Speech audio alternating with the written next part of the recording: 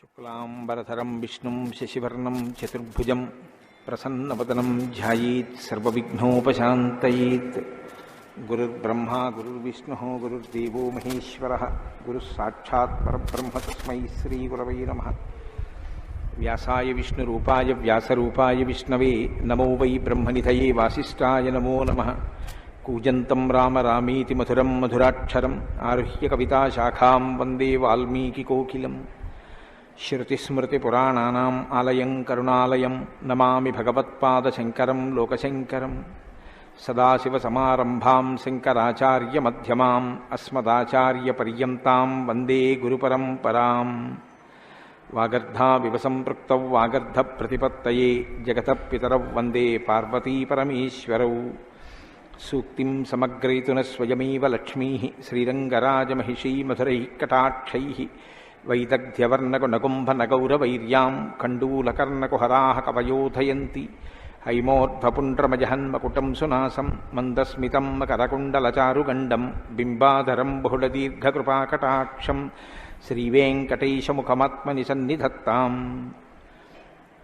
మనోజవం మరుతతుల్యవేగం జితేంద్రియం బుద్ధిమతాం వరిష్టం వాతాత్మజం వనరయూధముఖ్యం శ్రీరామదూతం శిరసా నమామి.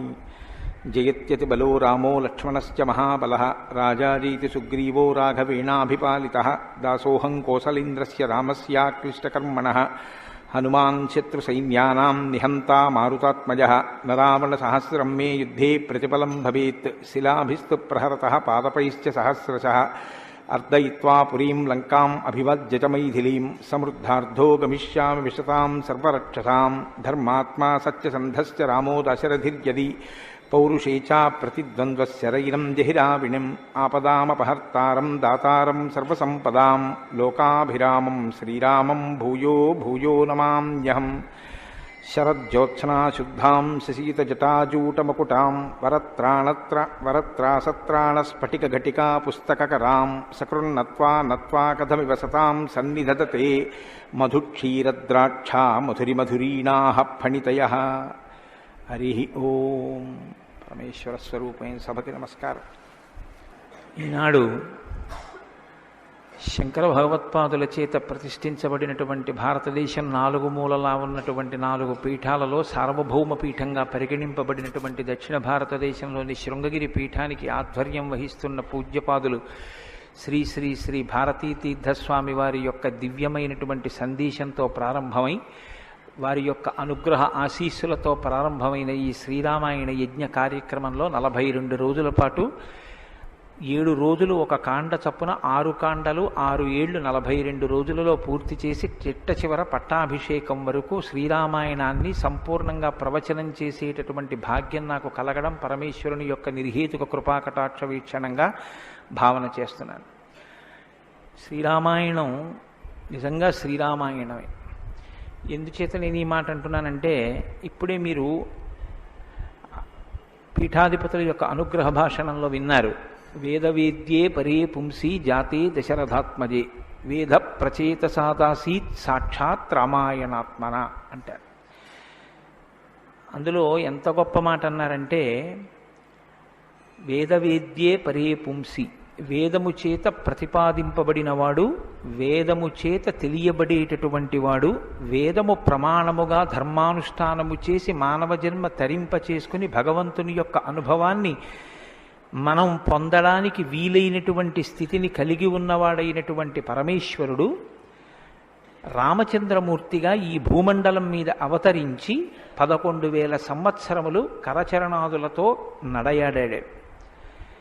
రాముడు వేదము చేత ప్రతిపాదింపబడినటువంటి పరమేశ్వర స్వరూపం. ఆ భగవంతుడే రాముడిగా వచ్చాడు.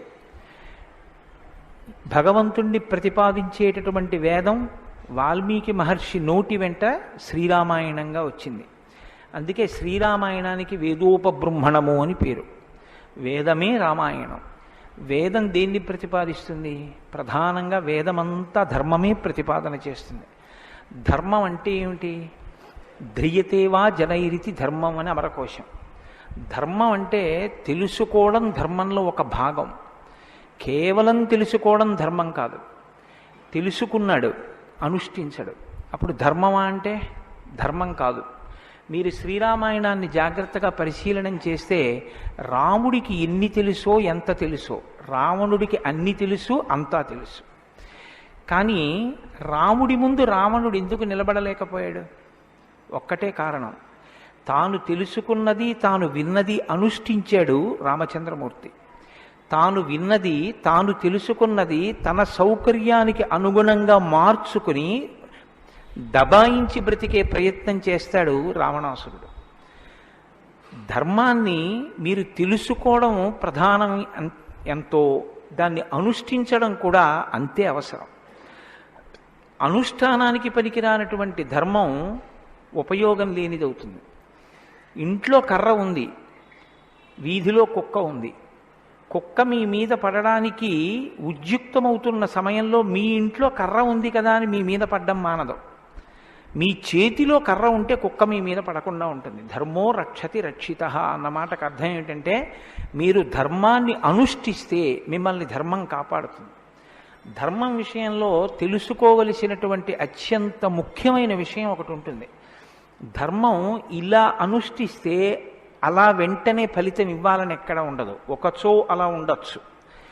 ధర్మం ఎటువంటిదంటే, పంట పండడం కోసమని చెప్పి వ్యవసాయదారుడు భూమిని దున్నడం మొదలు పెడతాడు. భూమిని దున్నగానే పంట పండుతుందా? భూమిని దున్నిన తరువాత వర్షం పడే వరకు ఎదురు చూడాలి. వర్షం పడితే పంట పండుతుందా? విత్తనాలు వేయాలి. విత్తనాలు వేస్తే పంట పండుతుందా? మొలకలెత్తాలి. మొలకలెత్తినంత మాత్రాన పంట పండుతుందా? దానికి చీడా పీడా పట్టకుండా సస్యరక్షణ చేసుకోవాలి. 6 గాలము శ్రమిస్తే చిట్ట చివర ఆ పంట బాగా చేతికొచ్చి ఫలసాయాన్ని ఇస్తుంది. అప్పుడు కోత కోసి తెచ్చి పొలం గట్టున వేసి బస్తాలకెత్తి ఇంటికి తీసుకెళ్లి దాచుకునే పర్యంతము పండిన పంట మీ చేతికి వచ్చింది అని నమ్మకంగా చెప్పడం సాధ్యం కాదు. ధర్మం కూడా అంతే. ఇవాళ మీరు ధర్మం చేశారు అని వెంటనే ఫలితం ఇవ్వదు. అధర్మం కూడా అంతే. మీరు ఇవాళ అధర్మం చేశారు అని వెంటనే ఫలితం ఇవ్వదు. లోకంలో మీరు చూస్తూ ఉంటారు, ఒక్కొక్కడు చాలా పాపాచరణముతో ఉంటాడు, ఈశ్వరుని యందు భక్తి ఉండదు, శాస్త్రం ఏది వద్దందో అది చేస్తూ ఉంటాడు, కానీ సర్వసుఖములను అనుభవిస్తూ ఉంటాడు. మనకేమనిపిస్తుందంటే, ఆయన ఈశ్వరుణ్ణి ధిక్కరించాడు కదా, ఆయన ఏం ధర్మం పాటించట్లేదు కదా, ఆయన ఏం వేద ప్రమాణాన్ని అంగీకరించట్లేదు కదా, ఆయన సంతోషంగా సుఖంగా ఉన్నాడు. అన్నీ విని అన్నీ నమ్మి అన్నీ విశ్వసించి వేదమును ప్రమాణముగా స్వీకరించి ధర్మమును అనుష్ఠించినటువంటి నేను కష్టాలు పడుతున్నాను, ఏమిటి ఉపయోగం ఈ ధర్మం పట్టుకుంటే అనిపిస్తుంది. ధర్మం పట్టుకోవడం ఎటువంటిది అంటే, పంట పండడం కోసమని పొలం దున్నడం లాంటిది. పొలం దున్ని కష్టపడిన వాడికి పంట ఎప్పటికైనా చేతికొచ్చినట్టే. ధర్మాన్ని అనుష్ఠించిన వాడికి కూడా ధర్మం కాపాడి తీరుతుంది. అధర్మం ఇంటికి అంటుకున్నటువంటి చిన్న మంట లాంటిది. చిన్న మంటే కదా నన్ను ఏం చేస్తుందని పడుకున్న వాడికి చిట్ట చివర ఇల్లంతా ఎలా కాలిపోతుందో, అధర్మంలో మనం ఉన్నామని తెలుసుకుని అధర్మ పథంలోంచి బయటికి వచ్చే ప్రయత్నం చేయకపోతే చిట్ట చివరికి జరిగేటటువంటి పరిణామం కూడా అలాగే ఉంటుంది. కాంచన లంక ఉంది, అంత బలగం ఉంది, అంత గొప్ప సుఖాలు అనుభవించాడు, 10 తలకాయలున్నాయి, గొప్ప తపస్సు ఉంది, ఈశ్వరుడి యొక్క అనుగ్రహాన్ని పొందాడు, పరమేశ్వరుణ్ణి సాకారంగా దర్శనం చేశాడు, పుష్పక విమానం ఎక్కి ప్రపంచమంతా తిరిగాడు. చిట్ట చివరికి ఏమయ్యాడు?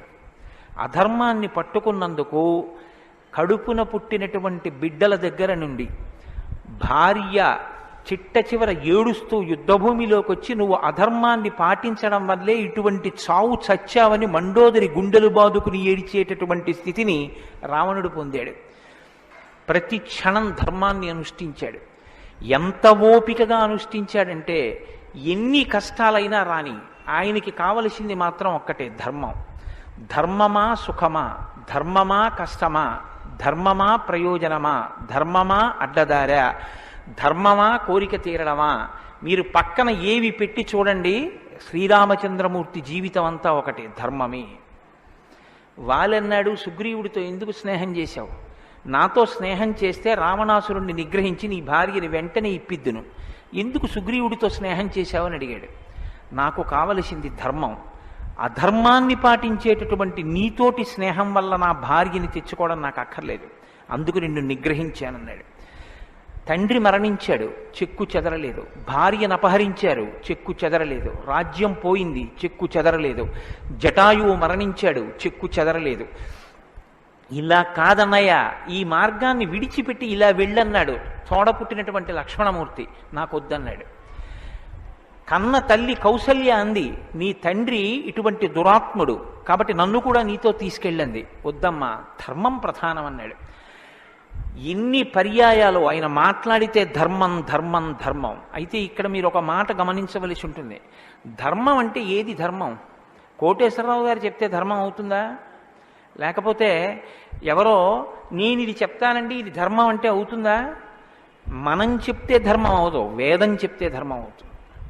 వేదం ఏది చెప్పిందో అది ధర్మం. వేదమునకు వ్యతిరేకముగా చెప్పనటువంటి స్మృతి చెప్పినది ధర్మం. వేదమునకు వ్యతిరేకంగా చెప్పని స్మృతి చెప్పిన మాట పాటించిన వాడిది ధర్మం. ఆ ధర్మం ఎవడు పట్టుకుంటాడో వాడే శ్రీరాముడు.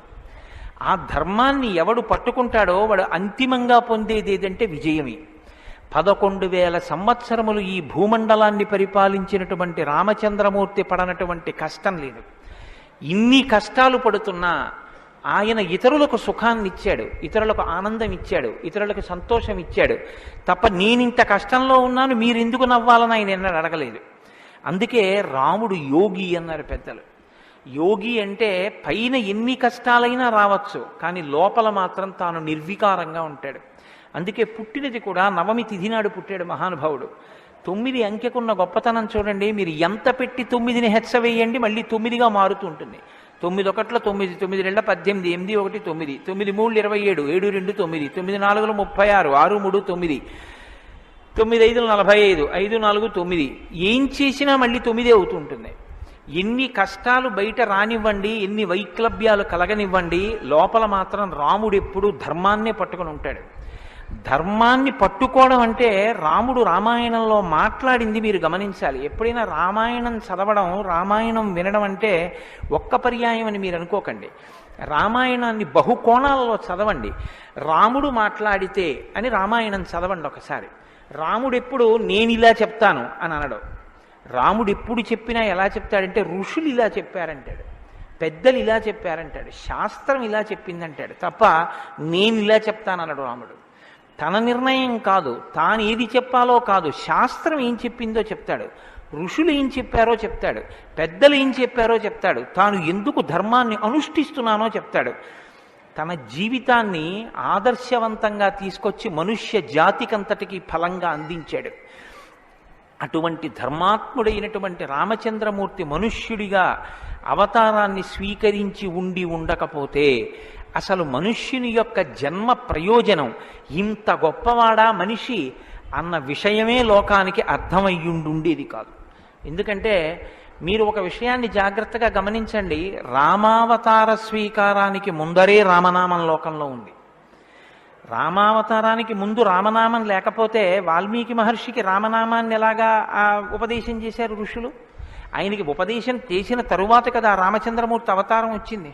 ఆయన వాల్మీకిగా మారిన తరువాత కదా రాముడు పుట్టింది. కాబట్టి రామ అన్న నామం సాక్షాత్తు ఈశ్వరుడు యొక్క నామం. అది రమయతీతి రామ, లోకులనందరినీ రమింపచేసేటటువంటి నామం. అంతటి మహోత్కృష్టమైనటువంటి శీల సంపద కలిగినటువంటి వాడు రామచంద్రమూర్తి. అందుకే రామాయణాన్ని, రామచంద్రమూర్తిని ఎంతకాలం మనుష్య జాతి ఆరాధన చేస్తుందో అంతకాలం మానవత్వం బ్రతికుంటుంది. ఏనాడు రామచంద్రమూర్తిని మరిచిపోతామో, ఏనాడు రామాయణం మనకు అక్కర్లేదని అంటామో, ఆనాడు మనిషిగా కనపడుతున్న మనుష్యత్వం చచ్చిపోతుంది, మానవత్వం చచ్చిపోతుంది, నరత్వం చచ్చిపోతుంది. అది పోయిన నాడు నరజన్మ యొక్క ప్రయోజనమే పోతుంది. అందుకే మీరు చూడండి, విష్ణువు దశావతారములను స్వీకరించారు. వేదోద్ధారణ, మందరాభరణ, పృథ్వీధర్మ నిర్మాణ, ప్రహ్లాదత్రాణ, బలిప్రతారణ, నృపాహంకార నిర్వాపన, వైదేహీరమణ, ధనంజయ జయ వ్యాపార పారీణ, క్షోణీ దివ్యత్కరుణ, తమోహరణ, తండ్రి వెంకటేశ ప్రభో. ఇన్ని అవతారాలు స్వీకరించినా ఆ అవతార పరిసమాప్తి అయిపోయిన తరువాత మనం పిలిస్తే ఇక లక్ష్మీనారాయణులనే పిలుస్తాం. ఒక వామనమూర్తి అవతార పరిసమాప్తి అయిపోయింది, ఏమంటాం? లక్ష్మీనారాయణులు. ఒక పరశురాముడు, లక్ష్మీనారాయణులు. ఒక మత్స్యావతారం, లక్ష్మీనారాయణులు. ఒక్క సీతారాముల అవతారంలో మాత్రం యుగాలు మారిపోయినా ఆ అవతారాన్ని సీతారాములని పిలుస్తాం. భార్యాభర్తలు ఎలా బతకాలో నేర్పినటువంటి అవతారం రామావతారం. అన్నదమ్ములు ఎలా బతకాలో నేర్పిన అవతారం రామావతారం. తండ్రి కొడుకులు ఎలా బతకాలో నేర్పిన అవతారం రామావతారం. ఒక ఉద్యోగి యజమాని ఎలా బతకాలో నేర్పిన అవతారం రామావతారం.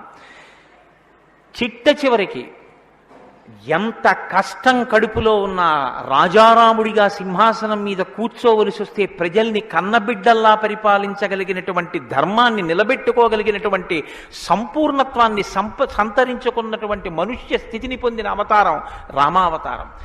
మీకు జీవితంలో అనుష్ఠాన పర్యంతంలో ఎక్కడ ఏ విషయం గురించి అనుమానం వచ్చినా మీకు రామాయణం జీర్ణమైతే మీకు వెంటనే శ్రీరామాయణం జ్ఞాపకానికి వస్తుంది. అప్పుడు రాముడు ఇలా ప్రవర్తించాడు అని మీకు జ్ఞాపకం వస్తుంది. రామాయణం మీకు జీర్ణమైతే మీ భాష తీరు మారిపోతుంది. రామాయణం మీకు జీర్ణమైతే మాట ఎంత గొప్పదో మీకు అర్థమవుతుంది. నేను అందుకే మీకు మనవి చేశాను, రామాయణాన్ని రామాయణంగా చదవకండి అని. రామాయణం జ్యోతిష శాస్త్రం, రామాయణం వాస్తుశాస్త్రం, రామాయణం ధర్మశాస్త్రం, రామాయణం వాక్కు, రామాయణం ధర్మ పరిపాలన, రామాయణం న్యాయం, రామాయణం సామాజిక శాస్త్రం, రామాయణం శకున శాస్త్రం, రామాయణం పర్యావరణం, రామాయణం గురుభక్తి, రామాయణం శిష్యధర్మం. మీ ఇష్టం, ఎలా చదవండి, రామాయణం అలా వస్తుంది. మీకిచ్చినది మట్టి ముద్ద, మీరు దాంతో మూకుడు చేసుకుంటారో, పళ్ళెం చేసుకుంటారో, ప్రమిద చేసుకుంటారో, గిన్నె చేసుకుంటారో, గరిటె చేసుకుంటారో మీ ఇష్టం. రామాయణాన్ని మీరు ఎలా చూడాలనుకుంటే మీకు అలా కనపడుతుంది. శ్రీరామాయణానికి ఉన్న గొప్పతనం ఏమిటంటే వాల్మీకి మహర్షి ఎవ్వరికీ కూడా కితాబులు ఇవ్వరు. రావణాసురుడు దుష్టుడని వాల్మీకి మహర్షి అనరు. వాల్మీకి మహర్షి చెప్పేది ఇలా చేశాడని చెప్తారు.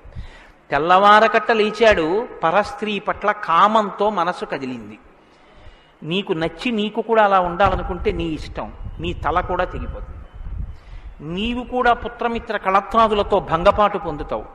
రాముడు నిద్రలేస్తూనే నదీ స్నానం చేసి సంధ్యావందనం చేశాడు.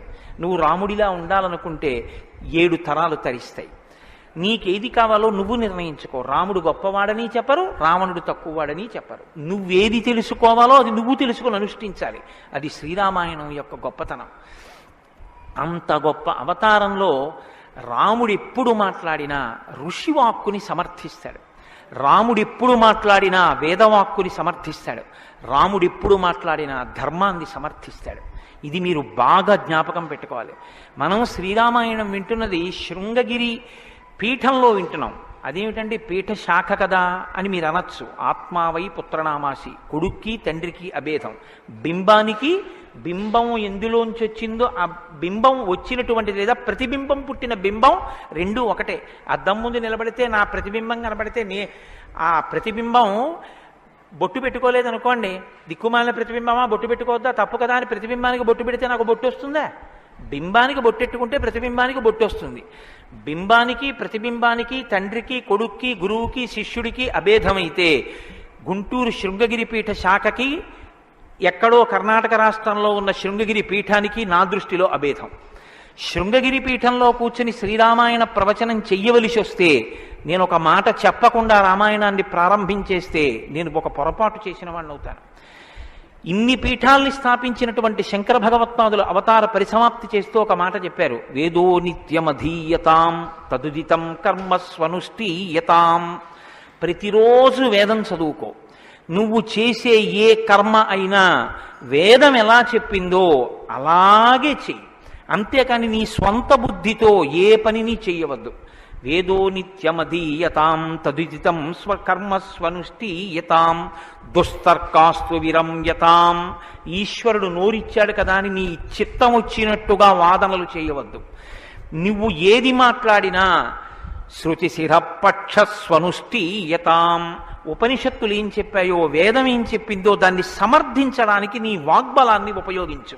అంతేకాని ఈశ్వరుడు వాక్కు ఇచ్చాడు కదా అని నీ ఇష్టం వచ్చినట్టు నువ్వు మాట్లాడితే చూడలేదు, లెక్క కట్టుకోలేడని నువ్వు అనుకోవద్దు. లెక్క కట్టేవాడు ఒకడు ఉన్నాడు.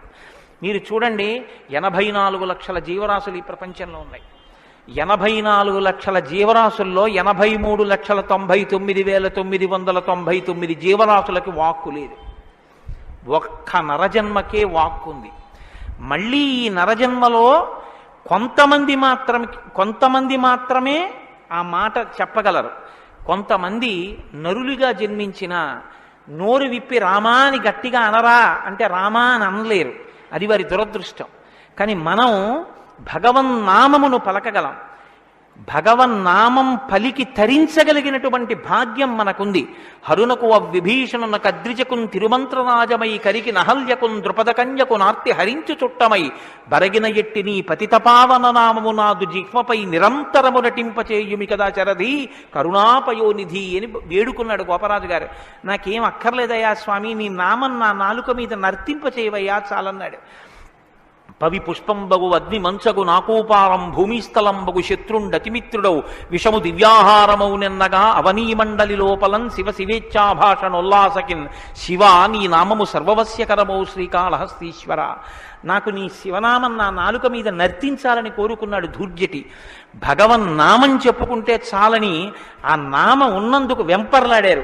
అంత్యకాలమునందు ఆయాసమున నిన్ను తలుచునో తలపనో తలతునిపుడి నరసింహ నరసింహ నరసింహ లక్ష్మీ చ దానవంతక కోటి భానుతేజ గోవింద గోవింద గోవింద సర్వేశ పన్నగాధిపశాయి పద్మనాభ అని 2 చేతులిచ్చి నమస్కారం చేసి చిట్ట చివర ప్రాణం పోయేటప్పుడు ఆవేళ యమదూతల అగ్రహంబున వచ్చి ప్రాణముల్ పెకలించి పట్టునప్పుడు కపవాత పైత్యముల్ కప్పగా శ్రమచేత కంపముద్భవమంది కష్టపడుచు నారాయణాయంచు నా జిహ్వతో నిన్ను పిలుతునో శ్రమచేత పిలువలేనో నాటికిప్పుడు నీ నామస్మరణ చేతు చెవినిడవయ్య భూషణ వికాస శ్రీధర్మపుర నివాస దుష్ట సంహార నరసింహ దురిత దూరాన్ని గుండెలు బాదుకున్నాడు నరసింహచతక కర్త. ఆ భగవన్నామం పలికేటటువంటి భాగ్యం ఉన్న ఏకైక ప్రాణి సృష్టిలో కేవలం మనుష్యుడే. అటువంటి మనుష్యుడికి ఇచ్చినటువంటి అదనపు వరం భగవత్ కథాశ్రవణం. ఈశ్వర కథ వినగలడు. ఆ ఈశ్వర కథ వింటేనే సమస్త సంసార భ్రమణ పరితాపోపశమనం అంటారు శంకర భగవత్పాదులు. గలంతి శంభోత్వచ్చరిత చరిత కిల్బిషరజో దళంతి ధీకుల్యాసరతి పతంతి విజయతాం దిశంతి సంసార భ్రమణ పరితాపోపశమనం వసంతి మచ్చేతో హృదవి విశివానందలహరి అంటారు. సంసార భ్రమణ పరితాపోపశమన కారణమైనటువంటి భగవంతుని యొక్క కథాశ్రవణము చేసి నోటితో జుర్రుకున్నటువంటి పదార్థాలు సప్తధాతువులతో నిర్మింపబడిన ఈ దేహాన్ని పోషిస్తే భగవంతుని యొక్క కథని చెవులతో జుర్రుకున్నటువంటి వాడు మళ్ళీ పుట్టవలసిన అవసరం లేకుండా పునరపి జననం పునరపి మరణం పునరపి జనని జఠరే చయనం ఇహ సంసారే బహుదుస్తారే కృపయాపారే పాహి మురారే అని ఆ భగవన్నామామృతాన్ని చెవులలోంచి లోపలికి జుర్రుకున్నటువంటి వాడు పునరావృత్తి రహిత శాశ్వత శివ సాయుధ్య స్థితిని పొందగలుగుతున్నాడు. ఇటువంటి భాగ్యం కలిగినటువంటి ప్రాణి మనుష్యుడు. ఆ మనుష్యుని యొక్క జీవితం ఎంత గొప్పదో, అసలు నరుడంతే ఎంత గొప్పవాడో నిరూపించినటువంటి అవతారం రామావతారం. నరుడిగా జన్మించి రామ కథ వినకపోతే, రాముని యొక్క గొప్పతనాన్ని వినకపోతే, రాముడు మనకి చేసిన మహోపకారం ఏమిటో తెలుసుకుని కృతజ్ఞతలు ఆవిష్కరించకపోతే అంతకన్నా కృతజ్ఞుడు వేరొకడు ఉండడు. నేను ఈ మాట ఎందుకు అంటున్నానో తెలుసా అండి? రావణాసురుడు వరాలు కోరుకున్నాడు బ్రహ్మగారిని. అందరినీ అడిగాడు, ఒక్క నరవానరులను వదిలిపెట్టాడు. ఎందుకు వదిలిపెట్టావని బ్రహ్మగారు అడగలేదు, తానీ చెప్పుకున్నాడు. ఇంతమంది గురించి అడిగాను, నరవానరముల గురించి నాకు లెక్క ఏమిటి, వాళ్ళు లెక్కలోకి వస్తారా, నేను అసలు వాళ్ళ పేరు ఎత్తనన్నాడు. అంటే నరుడికి ఉన్నటువంటి విలువ ఏ పాటిదో మీరు అర్థం చేసుకోండి. రావణాసురుడున్న కాలంలోనేగా రాముడున్నాడు. రావణాసురుడి కాలం నాటికి నరుడికి ఉన్న విలువ, నరుడికి ఉన్న గౌరవం అంత గొప్పవి. ఆయన రాక్షసుడండి, ఏదైనా మాట్లాడతాడు, మీరెందుకు గుండెలు బాదుకుంటారు అనొచ్చు. జనక మహారాజు మహాజ్ఞానిగా, అంతటి మహాజ్ఞాని అయినటువంటి జనకుడు ఎదర వస్తోందిగా సీతారామ కళ్యాణం.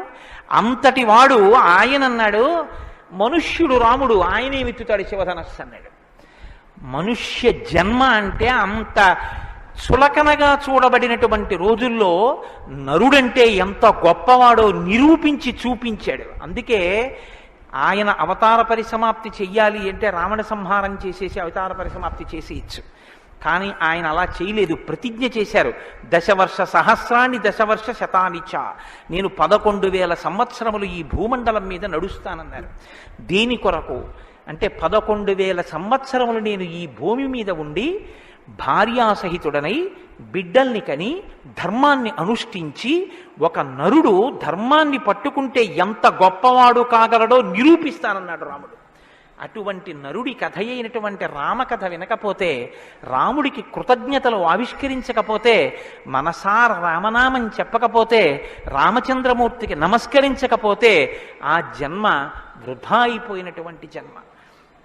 అంతటి మహాత్ముడు రామచంద్రమూర్తి. కాబట్టి వేదవేద్యే పరే పుంసీ జాతే దశరథాత్మజే వేద ప్రచేతసాదాసీత్ సాక్షాత్ రామాయణాత్మన. వేదము వేదోపబృంహణమై రామకథగా భూలోకంలో వచ్చింది. ఆ వేదము ఈశ్వరుని యొక్క శ్వాస. ఈ వేదము వాల్మీకి గిరి సంభూత, వాల్మీకి అనబడేటటువంటి పర్వతంలోంచి పుట్టినటువంటి ఒక జీవనది. వేదము మనం వెళ్ళి స్నానం చెయ్యాలి, మనం వెళ్ళి దర్శనం చెయ్యాలి. రామాయణము ప్రవహించి ఇంటింటి ముందు నుంచి వెళ్ళిపోయినటువంటి గంగ లాంటిది. దక్షిణామూర్తి వేదం, శంకరాచార్యుల వారు రామాయణం.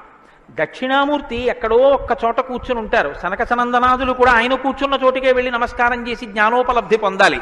శంకరాచార్యుల వారు అలా కాదు. శంభోర్మూర్తిశ్చరతి భువనే శంకరాచార్య రూప.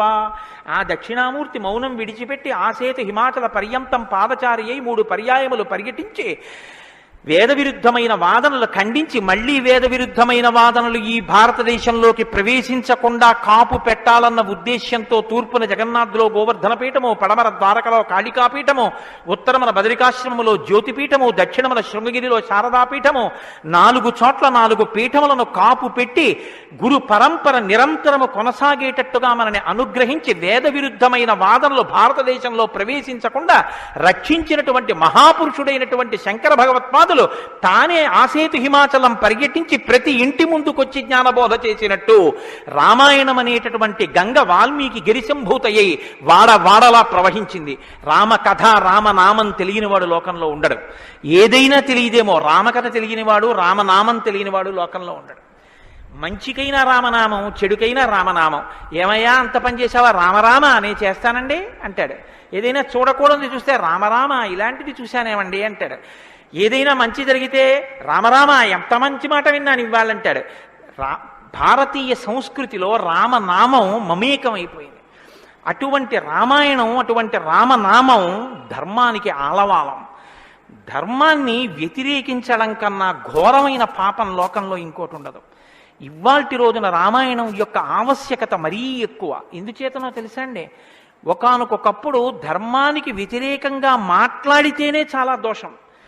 అటువంటిది ఇవాళ ఏ స్థితి వచ్చేసిందంటే, ధర్మాన్ని ధర్మము అని పేరు పెట్టి వ్యతిరేకంగా మాట్లాడితే బాగుండదని ధర్మానికి ఇంకొక పేరు పెట్టి వ్యతిరేకంగా మాట్లాడే రోజులు వచ్చాయి. ఒకడు ఆవుని చంపేయాలనుకున్నాడు. ఆవుని చంపేయండి అంటే మిగిలిన వాళ్ళు బుద్ధి ఉందా లేదా అంటారు. అందుకని ఆవుని ఇంకొక క్రూర మృగం పేరు పెట్టి పిలిచి చంపేయమన్నాడు వాడు. ఎంత గడుసరితనం చూడండి. ఈ పులిని చంపేయండి అన్నాడు. పులిని చంపేయండి అంటే చూడని వాడు ఏమనుకుంటాడు? పులిని చంపేస్తే తప్పేమిటి, వచ్చి ఊళ్ళ మీద పడిపోతుంది అనుకుంటాడు. అది పావుని చంపేయండి అన్నాడు. విన్నవాడు పావు అనుకున్నాడు, కనదు ఆవు. ఆవుని చూపించి పావుని చంపేయండి అన్నాడు. వాడికి తెలియదా ఇది ఆవు అని? తెలుసు. మరి ఆవుని చంపేయండి అని ఎందుకంటావు అంటే, ఆవుని చంపేయండి అంటే ఆవుని చంపడం ఏమిట్రా అంటారని పావుని చంపేయండి అన్నాడు తెలిసి. ధర్మాన్ని ఆచరించకండి అంటే జనం తిరగబడతారని మూఢ విశ్వాసాల జోలికి వెళ్ళకండి అంటున్నారు. పేరు మార్చారు, కానీ వ్యవస్థని ధర్మానికి దూరం చేస్తున్నారు. ఆ స్థితి నుంచి మనం రక్షింపబడాలంటే మనకున్న ఆధారం ఒక్కటే, శ్రీరామాయణాన్ని వినాలి, శ్రీరామాయణాన్ని బాగా తెలుసుకోవాలి, శ్రీరామాయణాన్ని తరచి తరచి గమనించాలి. రామాయణం మనకి తెలుసున్న రామకథే కదా అనుకోకండి. నేను మీకు యథార్థం మనవి చేస్తున్నాను. మీరు రామాయణాన్ని ఎన్ని మాటలు చదవండి, ఎన్ని మాటలు వినండి, మీకు రామాయణం కొత్త కోణంలో ప్రకాశిస్తుంది, రామాయణం కొత్త కోణంలో భాషిస్తుంది. అంత గొప్ప రామాయణం. సరే, నువ్వు చెప్పేది రామాయణం కదా, రామాయణం గురించి ఎందుకు అంతసేపు చెప్తావు? మేము ఎదర వింటాం కదా రామాయణం. అసలు నువ్వు రామాయణం ప్రారంభం చెయ్యి అని మీరు అంటారు, నాకు తెలుసు. శ్రీరామాయణ ప్రారంభం ఎక్కడ జరిగింది అంటే, తపస్వాధ్యాయ నిరతం తపస్వీ వాగ్విదాం వరం నారదం పరిపప్రచ్చర్ వాల్మీకి మునిపుంగవం అన్నారు. అంటే ఒకానొకనాడు వాల్మీకి మహర్షి తన ఆశ్రమంలో ఉన్నారు. నారద మహర్షి వచ్చారు. నారద మహర్షి వస్తే వచ్చిన నారద మహర్షి ఎటువంటి వారో చెప్తున్నారు. మొదట ఏదో నారదుడు వచ్చారు, వాల్మీకి అడిగారు, అది కాదు ఆ శ్లోకం. మీరు ఆ శ్లోకాన్ని చాలా జాగ్రత్తగా గమనించాలి. ఎటువంటి నారదుడు ఎటువంటి వాల్మీకి మహర్షి ఆశ్రమానికి వచ్చారట? తపస్వాధ్యాయ నిరతం తపస్వి వాగ్విదాం వరం నారదం పరిపప్రచ్చర్ వాల్మీకిర్ మునిపుంగవం. ఈ శ్లోకం నేను చెప్పే ముందు మీతో ఒక మాట నేను మనవి చెయ్యాలి. వాల్మీకి మహర్షి ఆశ్రమానికి నారదుడు వచ్చి సంక్షేప రామాయణం చెప్పిన తరువాత కదా రామాయణం ప్రచారంలోకి వచ్చింది. వాల్మీకి మహర్షి ఆశ్రమానికి నారద మహర్షి వచ్చిన తరువాత రామాయణాన్ని ఎవరికి నేర్పారు? ఆయన రచన చేసి మొట్టమొదట ఎవరికి నేర్పి ఉండాలి? ప్రవాహము అంటే ఎవరి ద్వారానో వెళ్ళాలి కదా. అది మొట్టమొదట లోకంలో దాన్ని ప్రచారం ఎవరితో ప్రారంభమైంది? వాల్మీకి రామాయణ రచన చేసి ఎవరికి నేర్పారు? వాల్మీకి రామాయణ రచన చెయ్యగానే నేర్పిన మొట్టమొదటి శిష్యులు లవకుశులు. లవకుశులకి మొట్టమొదట రామాయణం నేర్పుంటే సీతమ్మ వాల్మీకి ఆశ్రమంలో ఉందా లేదా? ఉంది. వాల్మీకి ఆశ్రమంలోకి సీతమ్మ వచ్చి లవకుశులు పెద్దవాళ్ళై గురువుగారి దగ్గర శ్రీరామాయణాన్ని ఉపదేశం పొందడానికి యోగ్యమైనంత వయస్సు వచ్చేసిన తరువాత నారద మహర్షి వచ్చారు. వచ్చి సంక్షేప రామాయణం చెప్పారు. అప్పటి వరకు రామాయణం లేదు లోకంలో, అంతే. ఇంకా తర్వాత కదా వాల్మీకి రచించారు సంక్షేప రామాయణం విన్నాక. కాబట్టి ఇప్పుడు రామాయణ కథ ఏ స్థాయిలో ఉంది, ఏ స్థితి దగ్గర ఉంది? రామాయణ రచన మొదలయ్యేప్పటికే రామాయణం పూర్తయిపోయే స్థితిలో ఉంది. రామాయణం పూర్తయిపోయే స్థితిలో రామాయణ రచన ప్రారంభమైంది. ఇది మీరు గమనించాలి. రామచంద్రమూర్తి పుట్టక ముందు రామాయణాన్ని రచించలేదు వాల్మీకి. రామచంద్రమూర్తి పట్టాభిషేకాత్ పూర్వం రామాయణ రచన జరగలేదు. రామాయణ రచన ఎప్పుడు జరిగినట్టు? రామచంద్రమూర్తి పట్టాభిషేకం చేసుకుని సీతమ్మ తల్లిని అడవులలో విడిచిపెట్టి అడవులలో ఉన్న సీతమ్మని వాల్మీకి మహర్షి తన కుటీరానికి తీసుకెళ్లి లవకుశులు జన్మించి వాళ్ళు పెరిగి పెద్దవాళ్ళై యోగ్యులై విద్యాభ్యాసం చేసి సంగీత విద్యలో మంచి నిష్ణాతులై వాల్మీకి మహర్షి రచించిన రామాయణాన్ని బోధ చేస్తే నేర్చుకుని లోకంలో ప్రచారం చెయ్యగలిగినంత వయస్సు వాళ్ళు వచ్చిన తరువాత నారద మహర్షి వచ్చారు అక్కడికి. అలా ఎందుకు జరగాలి అంటే, వచ్చినటువంటి మహానుభావుడు రామచంద్రమూర్తిగా వచ్చాడు. మనుష్యుడిగా నడిచి చూపించేశాడు. అప్పటికే 11,000 సంవత్సరాలు ఇంచుమించు పూర్తయిపోతున్నాయి. జరిగిన కథ జరిగిపోయింది. జరిగిన కథ జరిగిపోయిన తర్వాత ఇప్పుడు వచ్చాడు నారదుడు. ఇప్పుడు జరిగిపోయిన కథలో అడుగు తీసి అడుగు వేస్తే ధర్మం. రామాయణంలో అడుగు తీసి అడుగేస్తే ఎంత కథ చెప్పాలండి నారదుడు వాల్మీకి మహర్షికి? రాముడు పుట్టుక ముందు దగ్గర నుంచి చాలా కష్టపడి రాముడు ఇలా మాట్లాడాడు, రాముడు అలా మాట్లాడాడు, సీతమ్మ రాముడి దగ్గరికి ఇలా వెళ్ళింది, దశరథ మహారాజు గారి దగ్గరికి రాముడు ఇలా వెళ్ళాడు, రాముడు కౌసల్య దగ్గరికి ఇలా వెళ్ళాడు, రాముడితో ఇలా మాట్లాడాడు, ఇవన్నీ నారదుడు చెప్పాలి. నారదుడు ఎలా చెప్పగలడు? చెప్పగలడు. సర్వజ్ఞుడు, మహానుభావుడు, గురుస్వరూపం కాబట్టి చెప్పగలడు.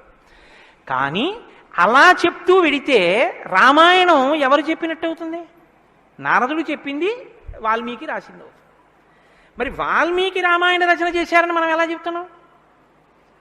ఒకటే కారణం, సంక్షేప రామాయణమే నారదుడు చెప్పాడు.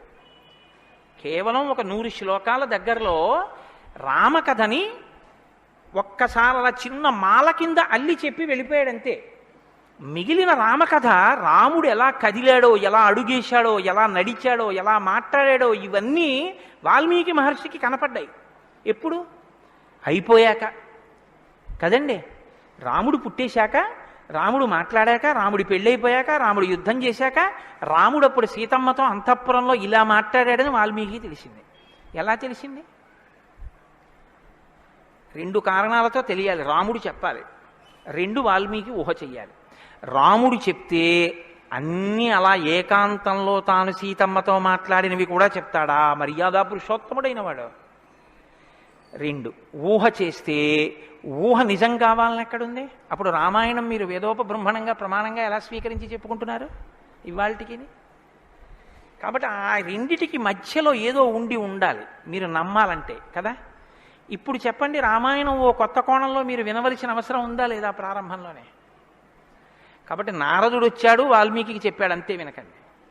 ఎటువంటి నారదుడు వచ్చాడు, ఎటువంటి వాల్మీకి చెప్తున్నాడు, అసలు ఏ స్థితిలో ఉన్నారు ఇప్పుడు వాల్మీకి మహర్షి అంటే, సీతమ్మ తల్లి ఆయన ఆశ్రమంలో ఉంది.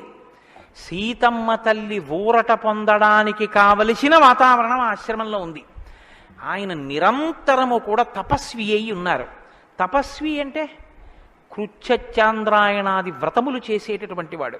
అంటే శుక్లపక్షంలో తిథులు పెరుగుతున్నప్పుడు ఒక్కొక్క ముద్ద పెంచుకుంటూ పెడతారు, పౌర్ణమికి పూర్తిగా భోజనం చేస్తారు.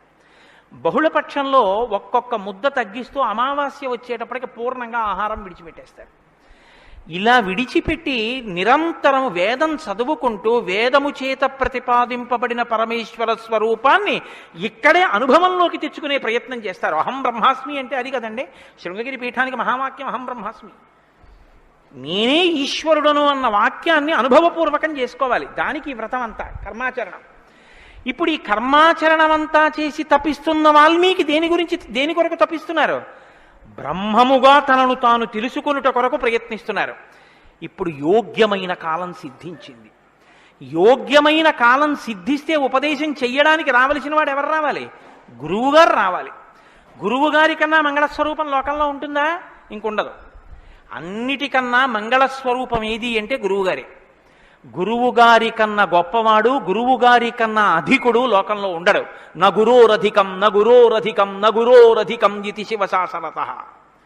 గురువు కన్నా అధికుడి లోకంలో లేడు. మరి ఈశ్వరుడండి అని మీకు అనుమానం రావచ్చు. ఈశ్వరుడి కన్నా అధికుడు గురువే. ఎందువల్ల? అసలు గురువు లేకపోతే ఈశ్వరుడి యొక్క అస్తిత్వం ప్రకటనం కాదు. సరికదా? నేను మీకు ఒక మాటలో చెప్పాలంటే, శృంగగిరి పీఠాధిపత్యం వహించిన చంద్రశేఖర భారతీ స్వామి వారి దగ్గరికి ఒక వ్యక్తి వెళ్ళి అన్నాడు, నా దగ్గర ఒకటి కన్నా ఎక్కువ మంత్రాలు ఉపదేశం పొందినవి ఉన్నాయి. నేను ఒక మంత్రానికి ధ్యాన శ్లోకం చేసి మంత్రాన్ని అనుష్ఠిస్తుంటే ఇంకో మంత్రం యొక్క ధ్యాన శ్లోకంలో స్వరూపం కనపడుతోంది, నన్ను ఏం చేయమంటారని అడిగాడు. ఆయన అన్నారు, నీకు ఉపదేశం చేసినటువంటి గురువు గారి పాదాలు నీకు కనపడుతుంటాయా? అయ్యో నాకు చాలా ఇష్టం అండి, మా గురువు గారి పాదాలు నాకు బాగా జ్ఞాపకం. ఏ మంత్రం చేసినా గురువుగారి పాదాలే చూడన్నారు. అలా ఎలా కుదురుతుందండి అన్నాడు ఆయన. ఆ ధ్యాన శ్లోకంలో రూపం కదా చూడాలి. ఏ మంత్రం చేసినా గురువుగారి పాదాలు ఎలా చూస్తాం? ఏ గురుర్ బ్రహ్మ గురుర్ విష్ణు గురుర్దేవో మహేశ్వర, గురువే బ్రహ్మ గురువే విష్ణువు గురువే మహేశ్వరుడు. ఇక గురువుగారి పాదాలే ఆ దేవతలన్నీ. కాబట్టి గురువుగారి పాదాలు చూస్తూ నువ్వు ఏ మంత్రం చెప్పినా ఆ మంత్రం సిద్ధిస్తుంది. అయినప్పుడు ఇప్పుడు గురుదర్శనమే మంగళకరమైనటువంటి దర్శనం. నారదుని యొక్క దర్శనం, నారదుని యొక్క పేరెత్తడం కన్నా గొప్పతనం ఇంకోట్లేదు. కాబట్టి ఇప్పుడు రామాయణ ప్రారంభం దేనితో ప్రారంభమైంది? గురువుగారి దర్శనంతో ప్రారంభమైంది. నారద మహర్షి దర్శనం గురువు యొక్క దర్శనం. ఎవరికి? వాల్మీకి. రామాయణాన్ని నమ్ముకున్న జాతికి ప్రతినిధి. మనకే దర్శనంతో ప్రారంభమైంది? జగద్గురు దర్శనంతో మనకి ప్రారంభమైంది. కాబట్టి ఇప్పుడు ఎవరొచ్చారు? ఆ వచ్చినటువంటి వ్యక్తి సామాన్యమైనటువంటి వ్యక్తి రాలేదు, నారదుడు. ఆ వచ్చినటువంటి వారు మహానుభావుడై తపస్వాధ్యాయ నిరతం, నిరంతరము తపస్సు చేసేటటువంటి వారు.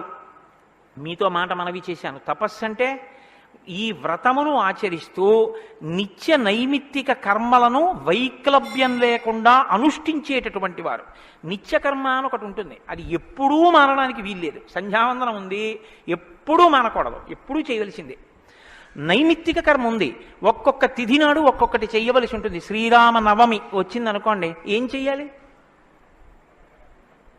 శ్రీరామనవమి నాడు ఉదయం నుంచి రాత్రి వరకు శ్రీరామ జయ రామ జయ జయ రామ అన్న 13 అక్షరాల మంత్రాన్ని రాత్రి వరకు చేసి, రాత్రి ప్రదక్షిణం చేసి, ఉపవాసం చేసి, మరునాడు ఉదయం ఎక్కడ మీరు ఈ మంత్రం చేశారో అక్కడికి వచ్చిన తరువాత శ్రీరామ పట్టాభిషేక సర్గ, శ్రీరామావతార సర్గ, ఈ 2 సర్గలు పారాయణ చేయాలి. ఈ 2 పారాయణ చేసి, మొన్న శ్రీరామనవమి నాడు మేము కాకినాడలో అయ్యప్ప స్వామి దేవాలయంలో చేశాం అవి. ఈ 2 సర్గలు పారాయణ చేసి, తదనంతరం ముందు పేదలకి అన్నదానం నారాయణ సేవగా చేసి, తరువాత తాను ఆహారం స్వీకరించాలి. అది శ్రీరామనవమి నాడు చేయవలసినటువంటి విధానం. దీన్ని నైమిత్తిక తిథి ఆచరణము అంటారు. ఒక్కొక్క తిథి ఒక్కొక్కలా చెయ్యాలి. నిత్యకర్మ చేస్తూ, నైమిత్తిక తిథులను చేస్తూ, కృచ్ఛ్రాంద్రాయణాది వ్రతములను చేస్తూ ఎప్పుడూ వేదాన్ని అలా చదువుకుంటూ వేదము చెప్పినటువంటి హృదయాన్ని, వేదము చెప్పినటువంటి మంత్రములలో ఉన్న సారమును అవగతం చేసుకుని బ్రహ్మమును అనుభవంలోకి తెచ్చుకునేటటువంటి ప్రయత్నం చెయ్యడానికి ఉపకరణంగా ఈ శరీరాన్ని వాడుకుంటున్నవారు. ఎంత తేడా ఉందో మీరు గమనించండి. మనం ఏం చేస్తామంటే ఈ శరీరాన్ని పోషించి ఈ శరీరము వలన ఎన్ని సుఖములు పొందవచ్చో అన్ని సుఖములను పొందడానికి సాధనంగా దీన్ని వాడతాం. ఇది ఎందుకు అంటే దీంతో అబ్బో ఎన్ని రుచులు చూస్తాడో, దీనికి ఎన్ని స్పర్శ సుఖాలు ఇస్తాడో, దీంతో ఎన్ని వినకూడనివి వింటాడో, దీంతో ఎన్ని పీల్చకూడనివి పీలుస్తాడో. వాళ్ళు ఏం చేస్తారంటే దీన్ని సాధనంగా చేసుకుని దీన్ని ఎలా వాడుకోవాలో అలా వాడుకుంటూ దీన్ని అడ్డు పెట్టుకుని దీని ద్వారా దేన్ని తెలుసుకున్న తర్వాత ఇది పడిపోయినా పర్వాలేదో అది తెలుసుకోవడానికి ఉపకరణంగా దీన్ని వాడుకుంటారు. ఏమిటో నువ్వు అలా అన్నావు కానీ ఆ మాట ఏం స్పష్టంగా లేదని మీరు అంటారు, నాకు తెలుసు. భగవాన్ రమణుల మాటల్లో చెప్తే మీకు స్పష్టంగా అర్థమవుతుంది. ఇప్పుడు నేను అన్న మాటకి తెలుసుకోవలసినది తెలుసుకునేంత వరకు దీన్ని ఉపకరణంగా వాడుకోవడం అంటే ఏమిటని అడిగారు రమణ మహర్షిని. ఆయన అన్నారు, భోజనం చేశాక విస్తర అవతల పారేయడం. విస్తరని ఏం చేస్తారండి? బాదమాకులు తెచ్చి, చీపురు పుల్లలు తెచ్చి, సన్నగా చీల్చి, ముక్కలు చేసి, అన్నం తినేటప్పుడు ఊడిపోయి అన్నంలో కలిసిపోకుండా జాగ్రత్తగా కుట్టి, ఆకు తెచ్చి వేసుకుని, నీళ్లు జల్లి తుడిచి, పదార్థాలు వేసుకుని అన్నమంతా తిని ఉత్తరాపోసనం పట్టిన తర్వాత అప్పుడు తీసుకెళ్లి ఆకు వీధిలో పెంటకుప్ప మీద పారేస్తారు. అంతేగాని ఆకు పుట్టింది ఎందుకు అంటే, ఆకు పుట్టింది ఎందుకు అంటే చివరి పెంటకుప్ప మీద పారేయడమేనండి, అందుకు పారేస్తాం అంటారా? దేనికి వాడుకోవాలో దానికి జాగ్రత్తగా వాడుకుని ఆ ప్రయోజనం అయిపోయిన తరువాత పెంటకుప్ప మీద విస్తరాకుని పడేసినట్టు దీన్ని సాధనంగా చేసుకుని దీనిలో ఉండి దీనితో తరించి దీనిలో ఉండి దీని వలన బ్రహ్మం అంటే ఏమిటో తెలుసుకుని అనుభవంలోకి వచ్చిన తర్వాత ఇది పడిపోతున్నా ఇది నేను కాదన్న సత్యం ఎరుకలోకి రావడం వల్ల దీని మీద భ్రాంతి లేకుండా ఇది పడిపోతున్నా సాక్షిగా చూసి ఇది పడిపోయిన తర్వాత తాను ఒకటి ఏది మారని సత్యమో సత్యంగా నిలబడిపోవడాన్ని నిత్య నైమిత్తిక కర్మాచరణ చేత తాను పొందవలసిన స్థితిని పొందగలిగినటువంటి తపస్వాధ్యాయ నిరతుడు అని పిలుస్తారు. ఇప్పుడు నారదుడు అది అంటే ఇప్పుడు ఆయన సద్గురువు మహానుభావుడై ఉన్నాడు. నారం దదాతి ఇది నారద, ఆయన జ్ఞానం ఇస్తాడు. కాబట్టి ఇప్పుడు తపస్వాధ్యాయ నిరతం అటువంటి వారు ఎక్కడికి వచ్చారు? వాగ్విదాం వరం. ఆయన ఎటువంటి వాడు? వాగ్విద.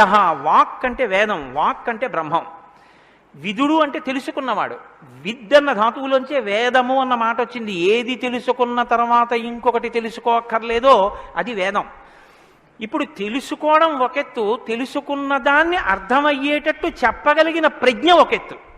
ఒక ఆయన తెలుసుకున్నాడు కానీ ఆయన చెప్పలేడు, ఆయన చెప్తే అయోమయంగా ఉంటుంది. ఒక ఆయన స్పష్టంగా చెప్పగలడు, తాను అనుభవించాడు, అనుభవించిన దాని వైపుకి మిమ్మల్ని తిప్పగలడు, ఈ ప్రజ్ఞ ఉన్నవాడు. కాబట్టి వాగ్విదాం వరహ, బ్రహ్మమును బాగా తెలుసుకున్న వాళ్ళల్లో శ్రేష్ఠుడైన వాడు, తాను తెలుసుకుని శిష్యుల్ని ఉద్ధరించడం కోసం కిందికి దిగొచ్చి మాట్లాడగలిగినటువంటి ప్రజ్ఞ కలిగిన వాడు. ఇటువంటి వాగ్విదాంవరం నారదం. అటువంటి నారదుణ్ణి ఎవరు ప్రశ్నించారు? ఇప్పుడు అడిగినవాడు వాల్మీకి మహర్షి. ఆయన ఎటువంటి వారు?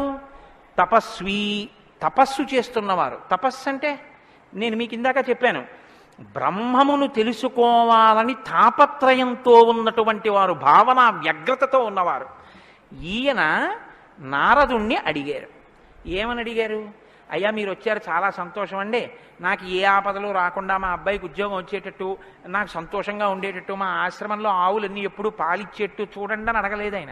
ఆయన ఒక చిత్రమైన ప్రశ్న ఒకటి వేశాడు. అది లోకంలో సాధారణంగా ఎవ్వరూ అడగని ప్రశ్న. అందుకని రామాయణం పుట్టింది, లేకపోతే రామాయణం పుట్టే అవకాశం లేదు.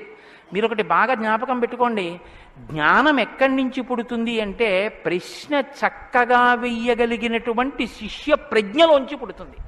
నేను నారదం పరిపప్రచ్ఛ, పరిప్రశ్న చేశారు. ప్రశ్న అంటే అడగడం అండి. నేను ప్రశ్న వేశానండి అంటే అర్థం ఏమిటి? నేను మిమ్మల్ని అడిగాను అని. పరిప్రశ్న అంటే ఇది బాగా అర్థం చేసుకోవాలి.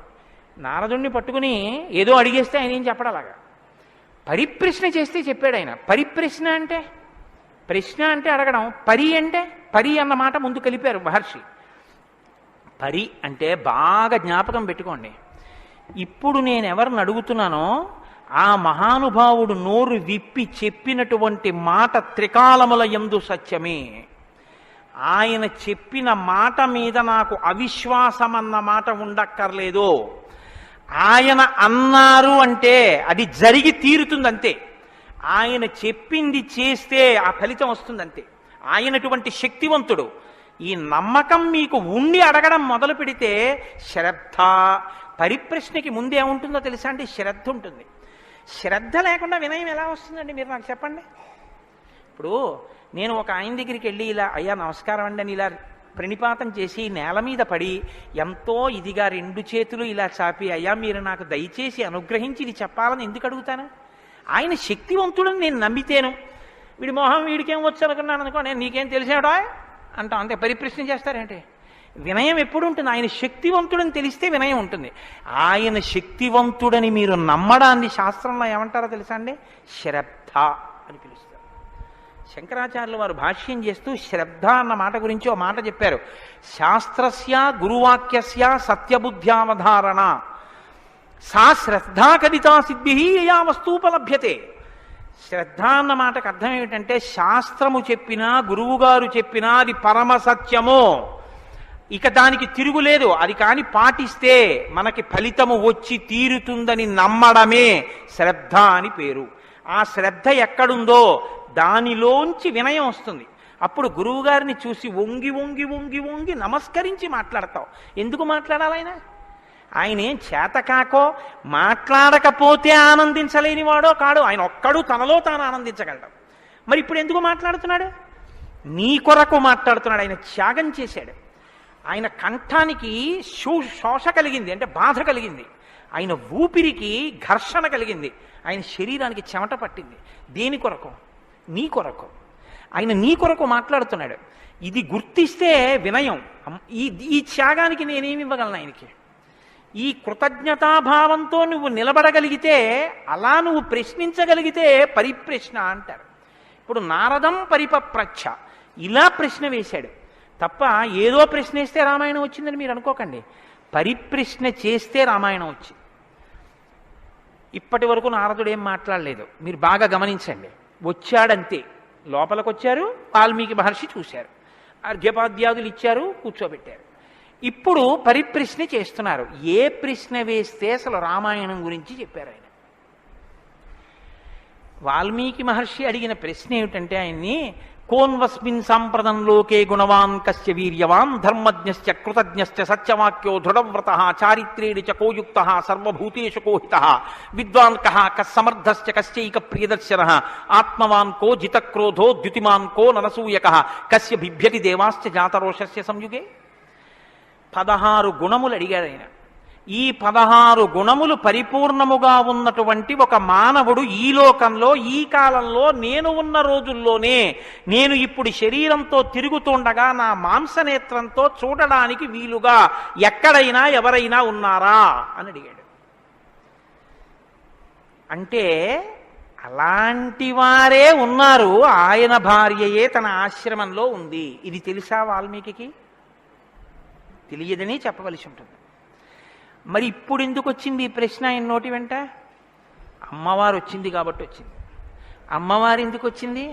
అసలు రహస్యం ఏమిటంటే, రామాయణం లోకానికి అందాలంటే సీతమ్మ యొక్క సేవాభాగ్యం వాల్మీకి లభించాలి.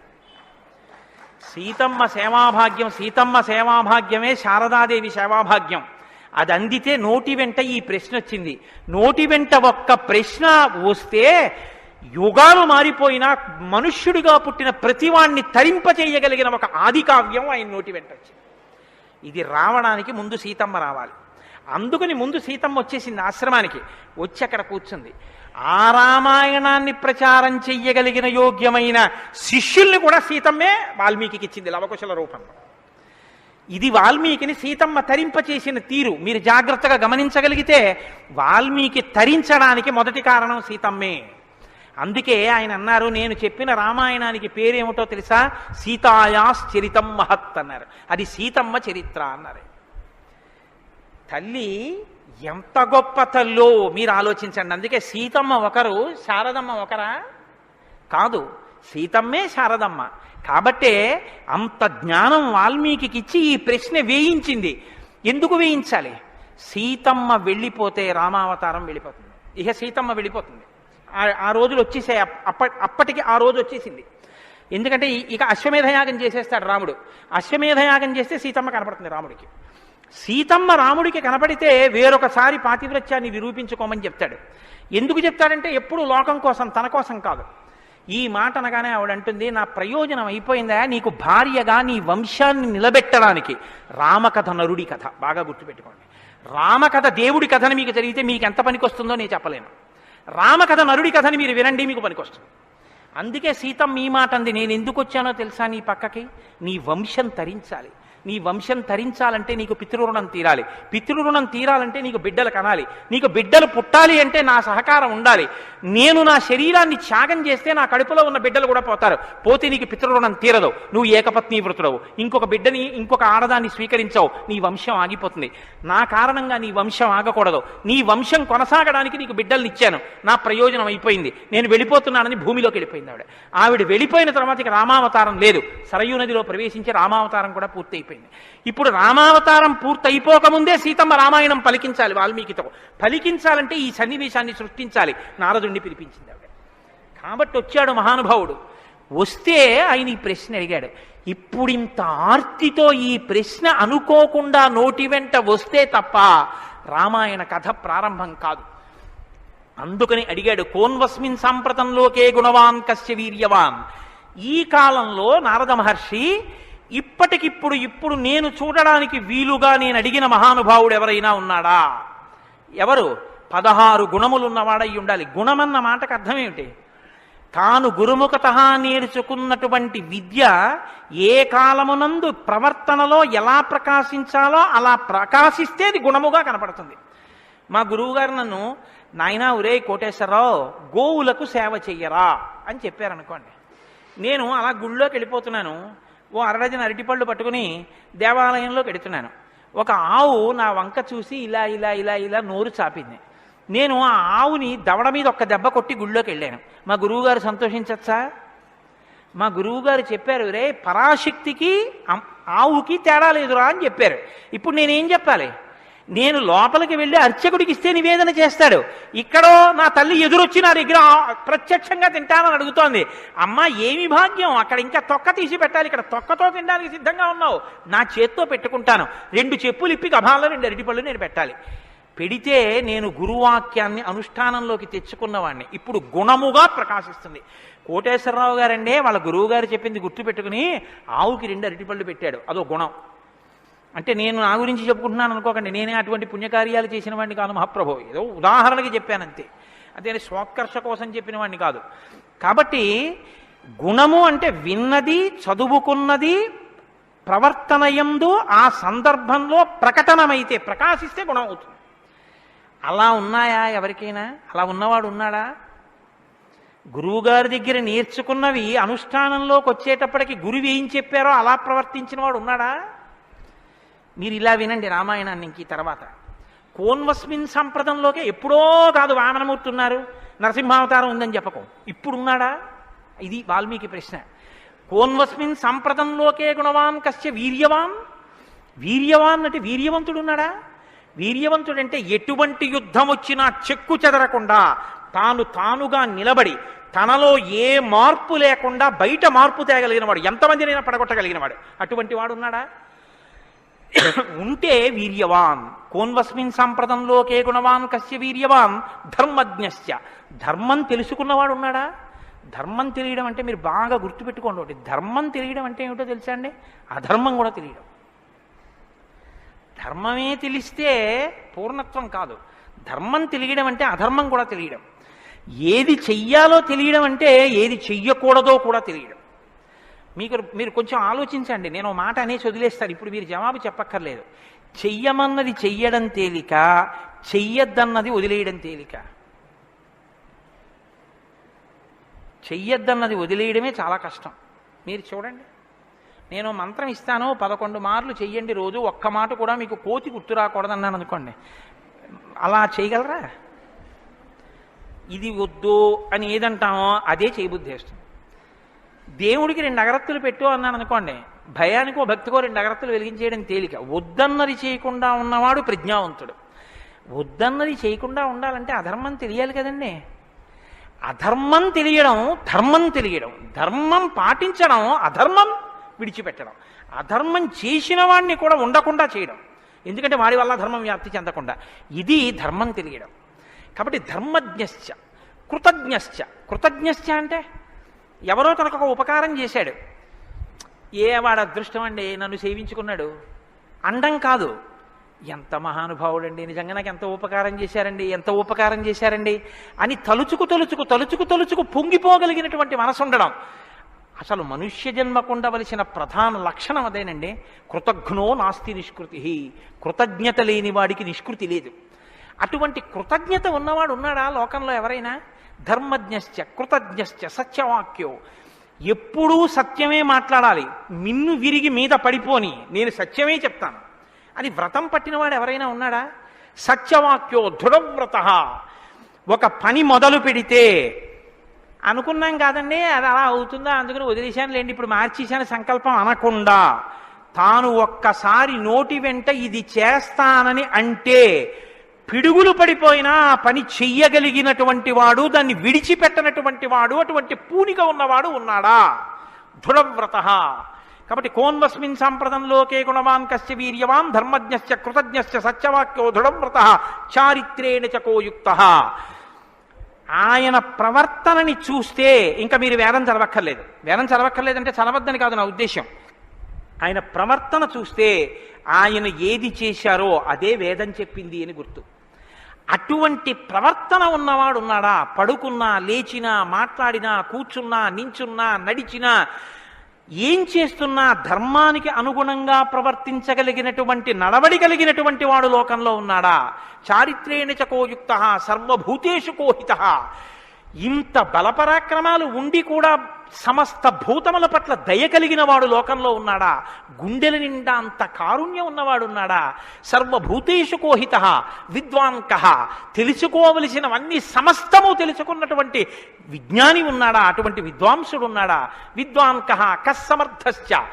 ఎటువంటి పని అయినా సరే వీరు చెయ్యలేరు వీరు చెయ్యలేరనొచ్చేమో కానీ ఆయన ఇది చెయ్యలేరని చెప్పడానికి ఒక పని లేకుండా ఏ పనులైనా చెయ్యగలిగిన వాడు ఉన్నాడా? కస్సమర్థశ్చ కశ్చైక ప్రియదర్శన.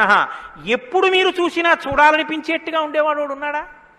ఆయన యుద్ధం చేస్తుంటే వింటినారి లాగుతున్నాడు అందం, ఆయన అడవిలో నడుస్తున్నాడు అందం, ఆయన కిరీటం పెట్టుకున్నాడు అందం, ఆయన పాదపీఠం మీద పాదం పెట్టాడు అందం, ఆయన జిల్లేడు పాలు పోసుకుని జటాజూటం కట్టుకున్నాడు అందం, ఆయన ఏమీ లేదు నారచీర కట్టుకుని కోదండం పట్టుకున్నాడు అందం, ఆయనకి కోపం వచ్చి కన్నులు ఎర్రబారాయి అందం, ఆయన బాలరాముడిగా పిలక పెట్టుకుని వెడుతున్నాడు అందం, సీతమ్మతో మాట్లాడుతున్నాడు అందం, నిద్రపోతున్నాడు అందం. అసలు ఏది చూసినా అందం. అబ్బా ఇప్పుడు అంత బాగుంటాడండి, ఆ తర్వాత బాగుంటాడండి, కొంచెం అలంకారం చేసుకుంటాడు బాగుంటుంది అనడానికి ఏమైనా ఉంటుందా? ఎప్పుడు నువ్వు చూసినా అలాగే చూడాలనిపించేటట్టుగా ఉండేవాడు ఎవరైనా ఉన్నాడా? కశ్చైక ప్రియదర్శన. ఎంత పెద్ద మాట అండి. నిద్రపోతుంటే చూసావు, ఆహా నిద్రపోతుంటే చూడాలండి ఆయన సౌందర్యం. ఆ మాట ఎవరికన్నా ఉంటుందండి లోకంలో? ఏమన్నా ఆయన నిద్రపోతుంటే ఎంత బాగుంటాడండి అంటారా? ఏమన్నా ఆయన నిద్ర లేచి ఒళ్ళు విల్చుకుంటుంటే చూడాలండి ఆయన అందం ఎవరికైనా ఉందా? ఆయన యుద్ధం చేస్తుంటే చూడాలండి అందం ఎవరికైనా ఉంటుందా? ఎంతటి అందగాడు రామో. ఆయన పుంసామోహన రూపాయ పుణ్య శ్లోకాయ మంగళం. ఆడవాళ్లు మోహించడం కాదు, పురుషులు మోహించారు ఆయన్ని. అంతటి అందగాడు. కొన్ని కోట్ల మంది కంఠాలు కోసేశాడంతే రామావతారంలో. నెత్తుటిని ఏర్లు పారించాడు. అయినా అందం. ఈ భుజాలు అందం, గడ్డం అందం, చెక్కిళ్ళు అందం, ఆ ఆజానుబాహు వరవింద దళాయతాక్షం. ఆ కళ్ళందం, ఆ కనుబమలందం, ఆ ముక్కందం, ఆ మూతందం, ఆ గడ్డం అందం, ఆ కంఠం అందం, అన్నీ అందం. అందమే రాముడు, రాముడే అందం, రాముడే అభిరాముడు. అటువంటి వాడు ఉన్నాడా? కశ్చైక ప్రియదర్శన ఆత్మవాంకో. గొప్ప ధైర్యవంతుడు ఉన్నాడా లోకంలో? ధైర్యవంతుడు అంటే మీరు బాగా జ్ఞాపకం పెట్టుకోండి. ధైర్యవంతుడు అన్న మాటకు అర్థం ఏంటో తెలుసా అండి? భయం లేనివాడు అని కాదు. ధైర్యము అన్న మాటకి ఇంకో అర్థం కూడా ఉంది. ధైర్యము అంటే తాను ఏ పని మీద బయలుదేరాడో ఆ పనికి అనుగుణమైనటువంటి సంభారములను మాత్రమే దగ్గరుంచుకుని ఆ పని మీద మాత్రమే దృష్టి పెట్టి ఆ పనిని పాడు చేసేటటువంటి ఏ ఇతర ఆకర్షణీయమైనటువంటి వ్యవహారమైనా త్రోసి రాజని విడిచిపెట్టగలిగినటువంటి పూనిక ఉన్నవాడు ఉన్నాడా? నేను ఏకపత్ని వ్రతం చేస్తానన్నాడు, భార్యని రావణాసురుడు ఎత్తుకుపోయాడు, చాలా మంది వచ్చి మీద పడ్డారు. మా నాన్నగారు దక్షిణ నాయకుడు, మా వంశంలో చాలా మంది దక్షిణ నాయకులు, మా ఆవిడ దగ్గర లేదు కదండి అని ఏమైనా పొరపాటు పడ్డాడా? తాను ఏది అన్నాడో రామో దీర్ణాభిభాషతే, 2 మాటలు నాకు రావమ్మా అన్నాడు అంతే. లోకంలో అవతార పరిసమాప్తి వరకు అంతే. అలా ఉండగలిగిన వాడు ఉన్నాడా? ఆత్మవాన్కో జితక్రోధో, కోపాన్ని గెలిచిన వాడు ఉన్నాడా? కోపాన్ని గెలవడం ఏమిటండి? అది ఏమైనా ఎదురుగుండా వచ్చి నిలబడుతుందా క్రోధం? ఎలా గెలుస్తారు అంటే క్రోధం ఎక్కడి నుంచి వస్తుందో మూలస్థానాన్ని గుర్తెరగడం, వికార కారణాన్ని తెలుసుకోవడమే క్రోధాన్ని గెలవడం. అంటే మీరు చూడండి, నాకండి ఎంత కోపం వచ్చేసిందో అంటాడు. ఎంత కోపం వచ్చేసిందోకి ఎక్కడి నుంచి వచ్చింది? ఇక్కడి నుంచే రావాలి కోపం. ఇక్కడి నుంచి రావడానికి అనువైన అవకాశం, వాతావరణం నువ్వు ఇస్తే రావడానికి సిద్ధంగా ఉంటుంది. మంట పుట్టడానికి సిద్ధంగా ఉన్నట్టు ఉంటుంది అది. నువ్వు అది పుడితే ఎంత వికారంగా ఉంటావో, నీ ముఖం ఎలా ఉంటుందో, ఎంత జేవురించుకుని ఉంటుందో, ఎలా అరుస్తావో, నీ చేతులు ఎలా ఉంటాయో, ఓసారి ఆ టైంలో వీడియో తీసి చూసుకో ఎలా ఉంటుందో. అసహ్యం వేస్తుంది మన మీద. మనకి అదేంటంటే అలా ఉన్నాననిపిస్తుంది. ఇన్ని వికారములు ఇది వస్తే వస్తున్నాయని తెలుసుకుని అది రాకుండా తొక్కి పెట్టగలిగిన వాడు ఉన్నాడా? అలా ఉంటే జితక్రోధో, అలాంటి వాడు ఉన్నాడయా లోకంలో? ఆత్మవాన్కో జితక్రోధో ద్యుతిమాన్కో, అపారమైనటువంటి కాంతి కలిగిన వాడు ఉన్నాడా? ద్యుతిమాన్కో ననసూయక, అసూయని గెలిచిన వాడు ఉన్నాడా? తనకన్నా గొప్పవాడు కనపడితే ఆహాహా మహాత్ములు ఎంత గొప్ప పరిశ్రమ చేశారో, ఇంత గొప్పవాడు అయ్యాడని నమస్కారం చేసి తెలుసుకోవాలి. తనకన్నా తక్కువవాడు కనపడితే ఈశ్వరానుగ్రహంతో ఈయన వృద్ధిలోకి రావాలనగలగాలి. కిందవాడిని చూసి అహంకరించకూడదు, పైవాడిని చూసి అసూయపడకూడదు. ఈ 2 ఉన్నవాడు ఉన్నాడా? ద్యుతిమాన్కో ననసూయక కస్య బిభ్యతి దేవాశ్చ జాత రోషస్య సంయుగే. కోపం లేని వాడికి కోపం ఎలా వస్తుంది మరి? అంటే కోపం తెచ్చిపెట్టుకున్నట్టు నటిస్తాడంతే. ఎందుకు నటించాలి అంటే ఏదో పని చక్కబెట్టాలంటే కోపం వచ్చినట్టు ఒకసారి ఇలా అంటాడు. అనేటప్పటికి అమ్మ బాబు ఆయన కోపం వచ్చిందంటే హడిలిపోయి అందరూ జాగ్రత్తగా ఉంటారు. ఎవరికి కోపం వచ్చిందని అనిపిస్తే 33 కోట్ల మంది దేవతలు కూడా వణికిపోతారో అలా కోపాన్ని తెచ్చిపెట్టుకునేవాడే తప్ప అసలు కోపం రావడం అన్నది లేనివాడు లోకంలో ఉన్నాడా? అలాంటి వాడు ఎవడైనా ఉంటే ఎప్పుడో ఉన్నాడని చెప్పద్దు, ఇప్పుడు ఉన్నాడా? నేను చూడ్డానికి వీలుగా ఉన్నాడా? ఈ కాలంలో ఉన్నాడా? ఉంటే అటువంటి వాడి గురించి నాకు చెప్పు, నాకు వినాలనుందన్నాడు. ఇప్పుడు వస్తోంది రామాయణం. ఇప్పుడు చెప్పాలి. నారదుడు ఎవరో తెలుసా? ఆయన రాముడే. ఆయన ఇల్లాలే నీ దగ్గరుంది, ఆయన బిడ్డలే నీ దగ్గర ఉన్నారు. వాల్మీకి మహర్షి ఆయనే అయోధ్యాధిపతి, ఆయనే రామచంద్ర ప్రభువు అని చెప్తే వాల్మీకి పొంగిపోవాలి కదండి. రామాయణ ఆవిర్భావం జరుగుతోందన్నమాట. ఇవాళ రామాయణం పుడుతోంది. ఆ సన్నివేశంలో ఉన్నాం మనం. ఇప్పుడు ఈ మాటలు అడిగితే వాల్మీకి మహర్షి చాలా చమత్కారమైనటువంటి జవాబు ఒకటి చెప్పారు. ఆయన అన్నారు, బహవో దుర్లభాశ్చైవ ఏత్వయా కీర్తితా గుణాః మునే వక్షామ్యహం బుద్ధ్వా తైర్యుక్త శ్రూయతాన్నరః. చాలా క్లిష్టమైనటువంటి ప్రశ్న ఒకటి అడిగావు. సాధారణంగా లోకంలో మానవుల్లో నువ్వు అడిగినటువంటి 16 గుణములు ఒక వ్యక్తి యందు ప్రకాశించేటటువంటి వాడు ఉండడు. కాబట్టి ఇప్పుడు ఎవరై ఉండాలి? నరోత్తముడై ఉండాలి, సాక్షాత్ శ్రీ మహావిష్ణువై ఉండాలి. అటువంటి వాడే కాని నరుడిగానే ఉన్నాడు ఇప్పుడు. ఆయన విష్ణు అంటే ఆయనే అంగీకరించాడు. ఆయన నేను నరుణ్ణి అంటాడు, నేను దాశరథిని అంటాడు, నేను దశరథ మహారాజు కొడుకునయ్యా అంటాడు. నరుడిగా ఈ లోకంలో తిరుగుతున్నవాడు ఉన్నాడు. అటువంటి వాడి గురించి చెప్తాను, జాగ్రత్తగా వినన్నాడు. ఇది సంక్షేప రామాయణం. 100 శ్లోకాలతో ఇక్కడ ప్రతిరోజు సంక్షేప రామాయణం జరుగుతోంది అని అన్నారే. సంక్షేప రామాయణాన్ని పెద్దలు సంప్రదాయంలో ఏమని పిలుస్తారో తెలుసా అండి? మాలామంత్రము అని పిలుస్తారు. ఎందుకంటే శారదా తిలకము అని మంత్రాల గురించి చెప్పేటటువంటిది, బీజాక్షరాల గురించి చెప్పే విషయం ఒకటి ఉంది. అందులో 10 అక్షరాలు మంత్రంలో దాటిపోతే దాన్ని మాలామంత్రములని పిలుస్తారు. 100 శ్లోకములతో ఉన్న సంక్షేప రామాయణం మాలా మంత్రం. అందుకే సంక్షేప రామాయణాన్ని పారాయణ చేస్తే అది రక్షణ చేస్తుంది. మననాత్ త్రాయితే ఇతి మంత్ర. దాన్ని మననం చేస్తే అది కాపాడుతుంది. సంక్షేప రామాయణం కూడా అలా కాపాడుతుంది. సద్గురువైనటువంటి నారద మహర్షి నోటిలోంచి పుట్టింది సంక్షేప రామాయణం. మహానుభావుడు నేను చెప్తున్నానయ్యా విను అని చెప్తున్నాడు. ఇక్ష్వాకు వంశ ప్రభవో రామో నామ జనైశ్రుత నియతాత్మా మహావీర్యో ద్యుతిమాన్ ధృతిమాన్ వసీ. ఇక్ష్వాకు వంశ ప్రభవో, ఇక్ష్వాకు వంశంలో పుట్టినవాడు ఉన్నాడయ్యా అన్నారు. మీరు ఈ మాట వినాలి. మొట్టమొదట ఎవరైనా రాముడు అని చెప్పలేదు. ఎవరని చెప్పాడు? ఇక్ష్వాకు వంశంలో పుట్టినవాడు ఉన్నాడు అన్నారు. ఒక వంశం తరించిపోతుంది. ఒక వంశం పేరు శాశ్వతత్వాన్ని పొందుతుంది. అది మొదట ఇక్ష్వాకు వంశం, తర్వాతది రఘువంశం. రఘువు పుట్టిన తర్వాత దాన్ని రఘువంశం అన్నారు. వంశం మారిపోలేదు, కానీ వంశం పేరు రఘువంశం అయిపోయింది. ఎలా అయిపోయింది అంటే రఘువు గొప్పతనం అటువంటిది. ఆయన పేరుతో వంశాన్ని పిలిచారు. ఆ వంశంలో పుట్టాడు రామచంద్రమూర్తి. అంత గొప్ప వంశంలో పుట్టాడయా. ఇప్పుడు వంశానికి గొప్పతనం ఎక్కడి నుంచి వచ్చింది?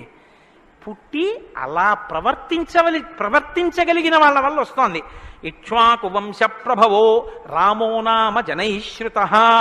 ఆయనని జనులందరూ రాముడు అని పిలుస్తూ ఉంటారు. రామో నామ జనైశ్రుత. ఎందుకని?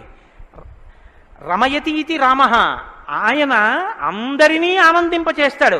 రమంతే అస్మిన్ ఇది రామ. ఆయన యందు యోగులు రమిస్తారు. యోగులు రమించడం అంటే బాహ్యంలో తిరిగేటటువంటి మనస్సుని బుద్ధిని నిగ్రహించి వెనక్కి తిప్పి ఆత్మలోకి దింపి తాను ఒకటిగా నిలబడిపోయి పొందేటటువంటి ఆనందమేదో అది సాకారమును పొందితే రాముడు. కాబట్టి యోగులు రమించేటటువంటి స్వరూపమేదో దానికి రామ అని పేరు. కాబట్టి రామో నామ జనైశ్రుత నియతాత్మా మహావీర్యో ద్యుతిమాన్ ధృతిమాన్ వసీ. నువ్వు చెప్పినటువంటి గుణములన్నీ ఉన్నవాడు. దానితో పాటుగా వసీ, ఇంద్రియములను నిగ్రహించినటువంటి వాడు. ఇంద్రియాల్ని నిగ్రహించడం అన్న మాట మీరు రామాయణంలో చాలా జాగ్రత్తగా గమనించి తెలుసుకోవలసింది. ఇంద్రియాల్ని నిగ్రహించడం అంటే ఏమిటో తెలుసా అండి? మనసు దేన్ని చూస్తే, దేన్ని వింటే కదిలిపోతుందో, ప్రశాంతంగా ఉన్నది అలజడిని పొందుతుందో దాన్ని చూడకుండా, దాన్ని వినకుండా బలవంతంగా నిగ్రహించడం ఎటువంటిదో తెలుసా అండి? ఒక త్రాచుపాము అలా వెళ్ళిపోతోంది. గభాల్ని ఇలా చూశాడు. అయ్య బాబోయ్, త్రాచుపాము పెద్ద గెంతు గెంతాడు. అది అకస్మాత్తుగా ఏమైందంటే ఆ గెంతడంలో త్రాచుపాము యొక్క పడగ మీద 2 కాళ్ళు వేసి తొక్కాడు. ఇప్పుడు త్రాచుపాము తల పైకి ఎత్తలేకపోతుంది. ఇప్పుడు తను త్రాచుపాము నా కాళ్ళ కింద ఉంది, నన్ను ఏం చేస్తుంది అని ఉండగలడని మీరు అనుకుంటున్నారా? అతను గడగడ వణికిపోతూ చెమట్లు పట్టేస్తున్నాయి. ఎందుకంటే నేను త్రాచుపాము మీద ఉన్నాను, అది తోక కదుపుతోంది, తోకతో కాళ్ళు చుడుతోంది. ఈ కంగారులో ఏం చేస్తాడంటే త్రాచుపాము మీద తాను నిలబడి ఉండగా ఇక త్రాచుపాము తను ఏం చెయ్యలేదన్న స్థితిలో ఉన్నా ఎప్పుడో ఒకప్పుడు త్రాచుపాము మీద కాలు తీసేస్తాడు. కంగారు పడిపోయి తీసేస్తాడు. ఎప్పుడో అప్పుడు కాలు తీయడం కోసమే పాము చూస్తూ ఉంటుంది, కాటు వేసేసి పుట్టలోకి వెళ్ళిపోతుంది, లేకపోతే ఎక్కడికో అక్కడికి వెళ్ళిపోతుంది. రావణుడు చేసే తపస్సు, రావణుని యొక్క ఇంద్రియ నిగ్రహం అటువంటివి. బలవంతంగా అణిచి పెడతాడు. అవకాశం రాగానే అది ఒక్కసారి జడలు విప్పి ప్రళయతాండవం చేసి రావణుణ్ణి పడగొడుతుంది. మండోదరి చెప్పింది ఈ మాట, నా సొంతం కాదు. రాముడు అలా కాదు, విచారణ చేసి ఉంటాడు. అర్థమనర్థం భావయ నిత్యం అంటారు శంకరాచార్యుల వారు. నారీస్తన భరణాభీదేశం దృష్ట్యా మాగా మోహావేశం ఏతత్ మాంసవసాది వికారం మనసి విచింత్య వారం వారం అంటారు. మనసు దేని చేత కదిలిపోతోందో దాని యథార్థ స్వరూపాన్ని బాగా విచారణ చేస్తారు. విచారణ చేసి ఈ పాటి దానికా నా ఒంట్లో ఉన్నటువంటి శక్తి అంతటినీ ఖర్చు చేసేస్తున్నాను అని మనసుని మరల్చే ప్రయత్నం చేసి ఆ వస్తువు తన కళ్ళ ముందు కనపడినా ఇంకా ఆయన మనసు చెక్కు చెదరదు, ఆ స్థితిని పొందుతాడు. ఇది శంకరాచార్యులు వారు నేర్పుతారు లోకానికి. గురువు చెప్పే మాట అంటే అలా ఉంటుంది. ఆయన ఎంత చమత్కారంగా అన్నారో చూడండి. నారీస్తన భరణాభీదేశం దృష్ట్యామోగా మోహావేశం.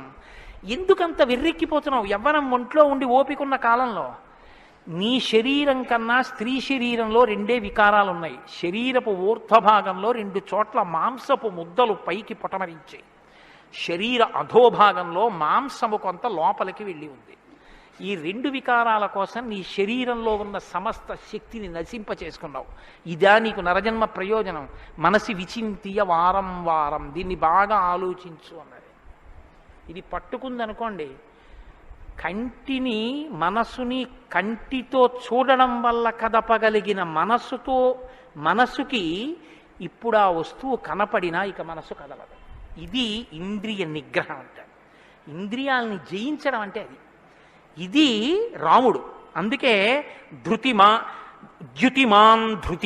వసీ, అపారమైన శక్తితో ఉంటాడు, సంకల్ప శక్తితో ఉంటాడు, ఇంద్రియములను జయించిన వాడై ఉంటాడు.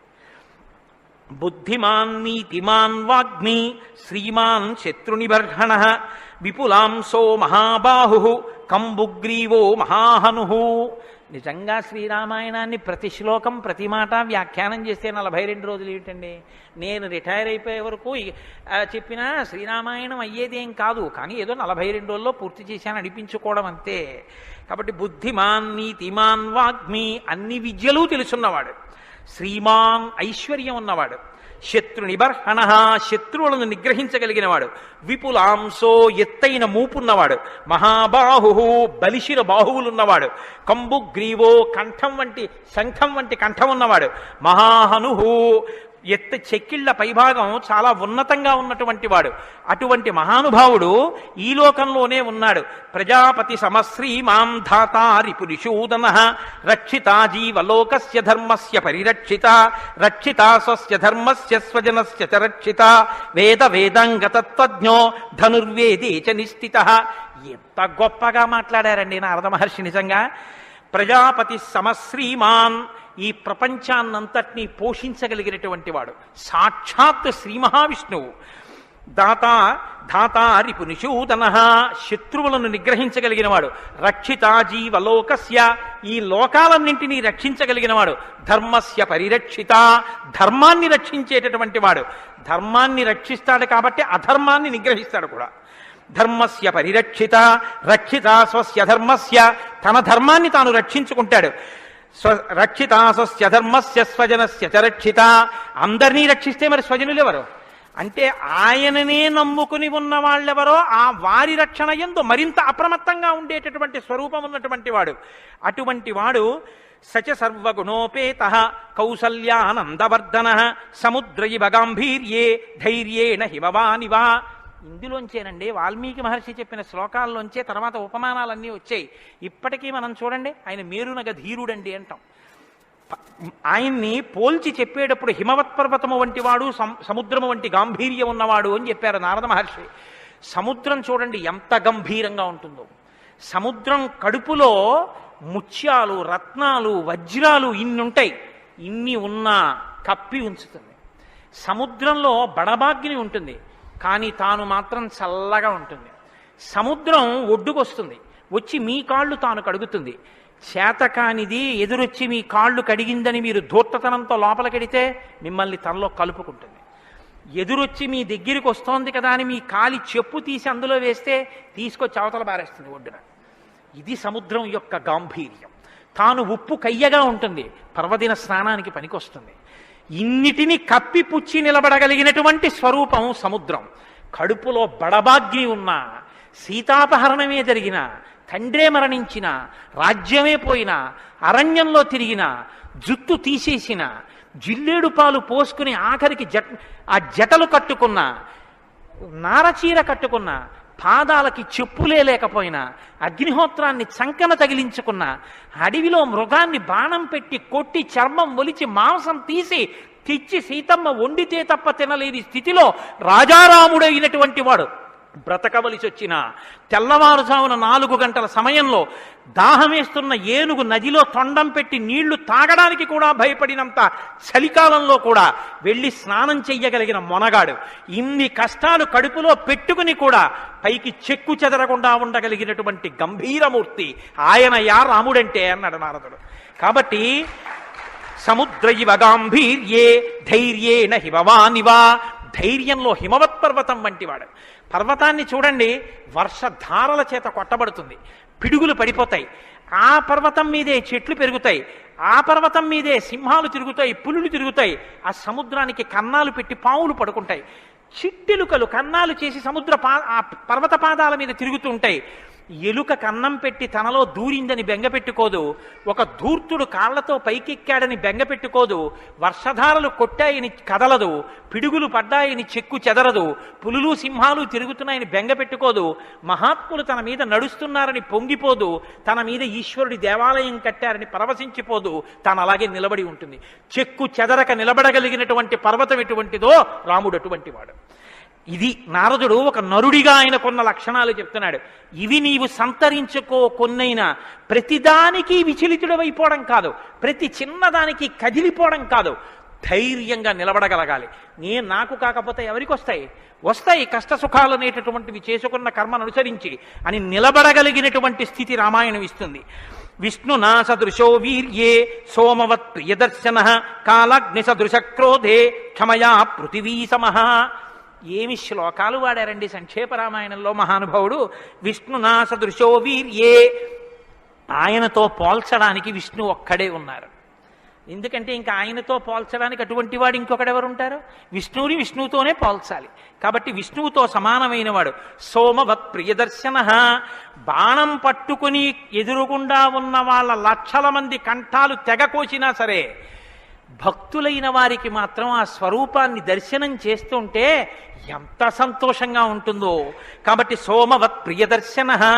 లోకంలో మూడిటిని ఎంత చూసినా చూడబుద్ధే వేస్తుంది, ఎంత చూడండి చూడబుద్ధేస్తుంది. అందుకే పార్వతీదేవి వినాయకుడికి ఏనుగు ముఖం పెట్టించింది. పసిపిల్లలకి కూడా సంతోషం కల్పించేవి మూడు ఏమిటో తెలుసా అండి? గజముఖం, చంద్రబింబం, సముద్రం. మీరు సముద్రపు తోటికి వెళ్ళి ఎంతసేపు కూర్చోండి, ఎంతసేపు చూస్తున్నా సముద్రాన్ని అలా చూడాలనే అనిపిస్తుంది. చీకటి పడిపోయిన తర్వాత సముద్ర ఘోష అదో సంతోషం, వస్తున్న కెరటాలు అదో సంతోషం, చీకటి పడ్డాక దీపాలతో దూరంగా వెళ్ళిపోతున్న ఓడ అదో సంతోషం, సూర్యోదయానికి సముద్రం ఆకాశం కలిసినట్టుగా ఉన్న చోట ఉదయిస్తున్న సూర్యబింబం అదో సంతోషం, ఆ పడుతున్న ఎర్రకాంతి అదో సంతోషం, సూర్యాస్తమయానికి సముద్రంలో కృంగిపోతున్నట్టుగా ఉన్న సూర్యుడు అదో సంతోషం. తిక్కన గారు విరాట పర్వంలో అంటారు, రాత్రి అయ్యేటప్పటికి ఆకాశం ఎలా ఉందంటేట మంచి సంపన్నుడైన గృహస్థు ఇంట్లో అలంకారం చేసినటువంటి పడకలా ఉందిట, దాని మీద పువ్వులు అవన్నీ వేస్తే ఎలా ఉందో అలా ఉందిట. సూర్యోదయానికి ఉన్నటువంటి ఆకాశం ఎలా ఉందంటేట తెల్లవారిన తర్వాత 10 మంది చూస్తే దృష్టిదోషం కలుగుతుందని ఆ ఇంటి ఇల్లాలు దుప్పటి మీద ఉన్న పువ్వులు అవే అన్నీ పోయేటట్టు ఒక్కసారి 2 చేతులతో ఇలా దులిపేస్తే అన్నీ పోయిన తర్వాత దుప్పటి ఎలా ఉందో ఆకాశం ఎలా ఉంది తెల్లారాకంటారు. అలా ఆ సముద్రాన్ని చూస్తుంటే ఎంత అందంగా ఉంటుందో. పసిపిల్లల దగ్గర నుంచి కవుల వరకు జ్ఞానుల వరకు సముద్రం ఆనందమే. పసిపిల్లాడికి ఏం తెలిసనే ఆనందం, వృద్ధుడికి ఏం తెలిసనే ఆనందం. అందరూ సముద్రపు వెళ్ళికి వెళ్ళి ఆనందం పొందుతారు. ఆఖరికి తుఫాను సమయంలో సముద్రం చూడడం అదో సంతోషం కొంతమందికి. కాబట్టి సముద్రం. 2 చంద్రబింబం. చంద్రబింబాన్ని ఎంతసేపు చూడండి సంతోషం. రామాయణంలో వాల్మీకి మహర్షి వర్ణిస్తారు సుందరకాండలో చంద్రబింబాన్ని, ఏమి వర్ణనలో ఆ సర్గలు. కాబట్టి చంద్రబింబం. 3 ఏనుగు.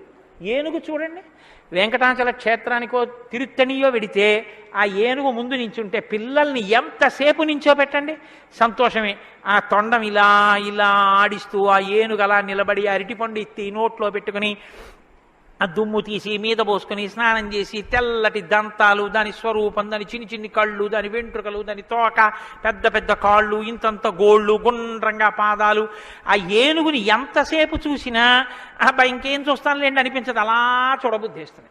అలా చూడబుద్ధి వేస్తుంది కాబట్టి ధ్యానం చేసేటప్పుడు ముందు గణపతి యొక్క ముఖాన్ని తదేకంగా చూస్తే ఆ ధ్యాన నిష్ట చేత విఘ్నములు తొలగిపోతాయి. కాబట్టి పరమేశ్వరుడు అందరూ తొందరగా దృష్టి పెట్టి చూడడానికి వైముఖ్యం కలగనటువంటి ముఖాన్ని నా కొడుక్కి పెడితే అందరికీ ఉపకారం జరుగుతుందని ఏనుగు తలకాయ తీసుకొచ్చి వినాయకుడికి పెట్టాడు. అది కారణం. వినాయకుడికి ఏనుగు తలకాయ ఉండడానికి కారణాల్లో అదొకటి. కాబట్టి విష్ణునా సదృశో వీర్యే సోమవత్ ప్రియదర్శన కాలాగ్ని సదృశ క్రోధే. క్రోధం, కోపం వచ్చిందా కాలాగ్ని ఎటువంటిదో అటువంటి వాడు. క్షమయా పృథివీ సమః. ఈ భూమికి ఎంత ఓర్పో రాముడికి అంత ఓర్పు. నిద్రలేస్తూనే భూమిని తంతాం, భరిస్తుంది. మలమూత్రాలు భూమి మీద విసర్జిస్తాం, భరిస్తుంది. ఉమ్మి భూమి మీద వేస్తాం, ఊరుకుంటుంది. పోనీ ఏదో పొరపాటున వచ్చింది వేరు, కావాలని ఒక రకమైన తాంబూలం వేసుకుని బొమ్మడమే ప్రయోజనంగా నెత్తురు కక్కుకునేవాడు కక్కుకున్నట్టు భూమి మీద ఎర్రటి మరకలు పడేటట్టు అదే పనిగా ఉమ్మి వేసేటటువంటి వాడిని కూడా భరించినటువంటి భూమాత యొక్క ఓర్పుని ఎంత స్తోత్రం చేయాలి నిజంగా. కాబట్టి అన్నం కావాలి, నాగలి పెట్టి అమ్మ గుండెల మీద చీరుతాం. ఇల్లు కట్టుకోవాలి, శంకుస్థాపన పేరుతో గుణపాలు పెట్టి అమ్మ గుండెల మీద గుచ్చుతాం. ఆఖరికి ఇంత సంపాదించి ఇంత కీర్తి తెచ్చి మా నాన్నగారు, మా బాబాయ్ గారు, మా మేనమావ, మా ఆయన ఇన్ని బంధుత్వాలు పెట్టుకున్న వాళ్ళు ఆ ఊపిరి ఆగిపోగానే తీసుకెళ్లి బయట చిరిగిపోయిన బొంతో చాపో వేసి పడుకోబెట్టి కొత్త చాప తెచ్చి 4 కర్రలకేసి తాడేసి కట్టి తీసుకెళ్లిపోతుంటే ఆఖరణ పుచ్చుకునేది ఈ తల్లి ఒక్కతే. ఎవ్వరు ఇంట్లో ఒక్క రాత్రి కూడా ఉంచుకోరు. యావత్ పవనో నివసతి దేహే తావత్ పృచ్చతి కుశలంగేహే గతవతి వాయౌ దేహాపాయే భార్యా బిభ్యతి తస్మిన్ కాయే అంటారు శంకర భగవత్పాదులు. అటువంటి ఈ తల్లిది ఎంత ఓర్పో, ఎన్ని అపచారములు చేసినా కూడా కడుపులో పెట్టుకునేటటువంటి అమ్మ స్వరూపమైనటువంటి భూమికి ఎంత ఓర్పు ఉందో అంత ఓర్పు కలిగిన వాడయ్యా రామచంద్రమూర్తి. కాబట్టి ధనదేన సమస్యాగే సత్యే ధర్మ ఇవాపరః. కుబేరుడు ఎంతటి ధనవంతుడో అంతటి మహానుభావుడు, అటువంటి త్యాగం ఉన్నవాడు. సత్యే ధర్మ ఇవాపరః. సత్యము ధర్మము ఒకదాన్నొకటి ఎలా కాపాడుకుని రక్షించుకుంటాయో అలా రక్షించి కాపాడగలిగినటువంటి వాడు. తమేవం గుణ సంపన్నం రామం సత్యపరాక్రమం. ఇన్ని గుణములు కలిగినటువంటి రామచంద్రమూర్తి సాక్షాత్తుగా సత్యపరాక్రముడైనటువంటి వ్యక్తి. ఆయన పరాక్రమం సత్యమే పరాక్రమముగా కలిగినటువంటి వాడు. అటువంటి వాడు రామచంద్రమూర్తిని ఆ రాముని యొక్క కథని సంక్షేపంగా చెప్పారు. సంక్షేపంగా అంటే వివరంగా కాదు, బాగా గుర్తుపెట్టుకోండి. వివరంగా చెప్పలేదు, కేవలం ఏదో విహంగ వీక్షణం అంటారు చూసారా, ఒక్కసారి స్థాళీపులాక న్యాయంగా ఒకసారి అలా చెప్పేశారు. అది ఎంత తేలిగ్గా చెప్పేశారంటే సజగామ వనం వీర ప్రతిజ్ఞామనుపాలయన్ పితుర్వచన నిర్దేశాత్ కైకయ్యా ప్రియకారణాత్ అంటూ. కానీ సంక్షేపరామాయణ శ్లోకాలండి, అవి నిజంగా మంత్రాలే. దశరథ మహారాజు గారు లేక లేక లేక లేక సంతానం కలగలేదని బెంగ పెట్టుకుని అశ్వమేధయాగం చేసి తత్పాపాన్ని పోగొట్టుకుని పుత్రకామేష్టి చేస్తే యజ్ఞపురుషుడు ఆవిర్భవించి ప్రసాదాన్నిస్తే ఆ పాయసాన్ని అనురూపలైనటువంటి తన భార్యలు స్వీకరిస్తే పెద్ద భార్య అయినటువంటి కౌసల్యాదేవి యొక్క గర్భాన్ని జనించినటువంటి సాక్షాత్తు విష్ణుస్వరూపుడైన ధర్మాత్ముడైన రామచంద్రమూర్తి పినతల్లి అయిన కైకమ్మ 14 సంవత్సరములు అరణ్యవాసం చేసి రాజ్యాభిషేకాన్ని విడిచిపెట్టుకోవాలి రామచంద్రమూర్తిని 2 వరములు రాత్రికి రాత్రి దశరథ మహారాజు గారిని అడ్డుపెట్టి నిగ్రహిస్తే తండ్రిని సత్యవాక్యమునందు నిలబెట్టడం కోసమని రామచంద్రమూర్తి రాజ్యాన్ని పరిత్యజించి నారవస్త్రాలు కట్టుకుని చెప్పులు కూడా విడిచిపెట్టి మహానుభావుడు అరణ్యానికి బయలుదేరి వెళ్ళిపోతున్నారు. ఆ వెళ్ళిపోతున్నటువంటి సమయంలో రామస్య దయితా భార్య నిత్యం ప్రాణ సమాహిత జనకస్య కులే జాతా దేవమాయేవ నిర్మిత సర్వలక్షణ సంపన్నా నారీణాం ఉత్తమావధూ సీతాప్యనుగత రామం శిశిలం రోహిణీ యథా. సాక్షాత్తుగా దేవమాయయే లోకంలో ఉన్న సౌందర్యమంతా రాశీభూతమై ఒక స్త్రీ రూపంలో వచ్చిందా అన్నంతగా కనపడేటటువంటి సీతమ్మ తల్లి, జనక మహారాజు గారి యొక్క పుత్రి, అయోనిజ అయినటువంటి తల్లి, స్త్రీలలో ఉత్తమమైనటువంటి రత్నంగా చెప్పబడినటువంటి తల్లి, సర్వలక్షణ సంపన్న అయినటువంటి సీతమ్మ చంద్రుణ్ణి రోహిణి ఎలా అనుసరిస్తుందో అలా కష్టసుఖాల్లో నీతో కలిసి ఉంటాను తప్ప నేను అంతఃపురంలో ఉండను అని చెప్పి రామచంద్రమూర్తితో కలిసి అరణ్యవాసానికి బయలుదేరింది. సోదరుడైనటువంటి లక్ష్మణుడు కూడా రామచంద్రమూర్తితో బయలుదేరాడు.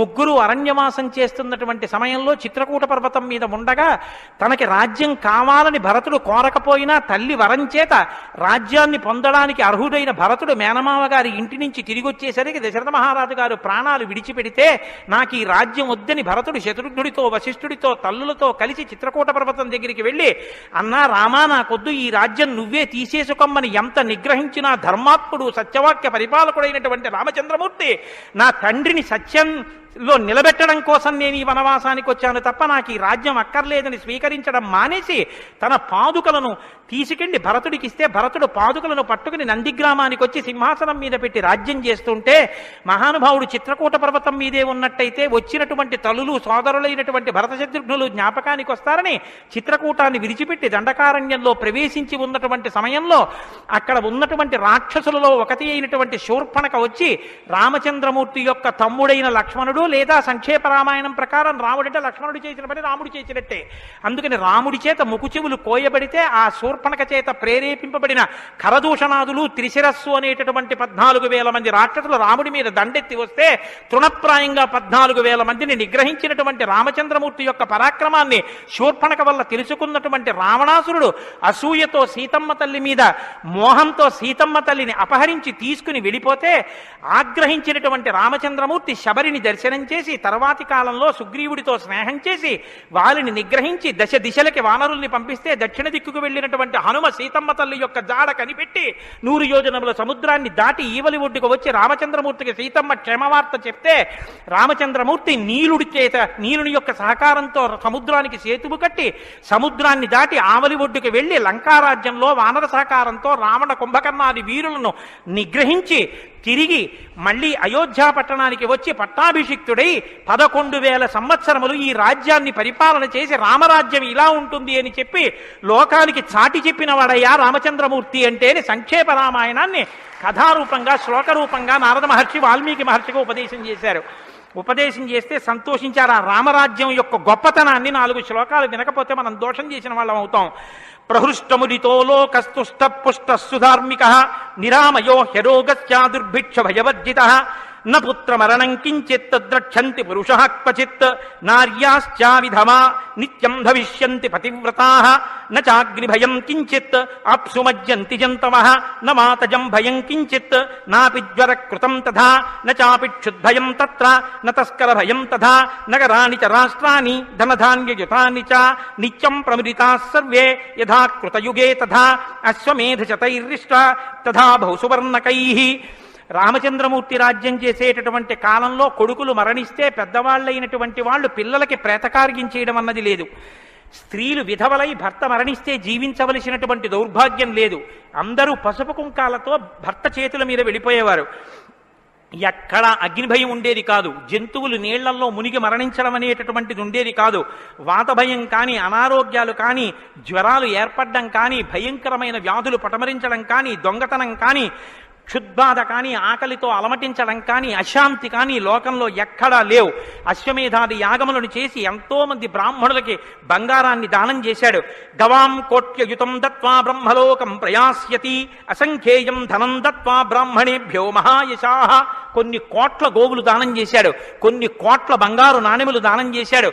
10 వర్ష సహస్రాణి 10 వర్ష శతాని చ రామో రాజ్యముపాసిత్వా బ్రహ్మలోకం గమిష్యతి. రామో రాజ్యముపాసిత్వ రాజ్యాన్ని ఉపాసన చేశాడు మహానుభావుడు. అంత గొప్ప పరిపాలన చేసి 11,000 సంవత్సరముల పరిపాలన తర్వాత బ్రహ్మలోకాన్ని చేరుకున్నాడు. ఇదం పవిత్రం పాపఘ్నం పుణ్యం వేదైశ్చ సంహితం. ఈ రామాయణ కథ ఉన్నదే, ఈ రామాయణ కథ పాపములన్నింటినీ పోగొడుతుంది.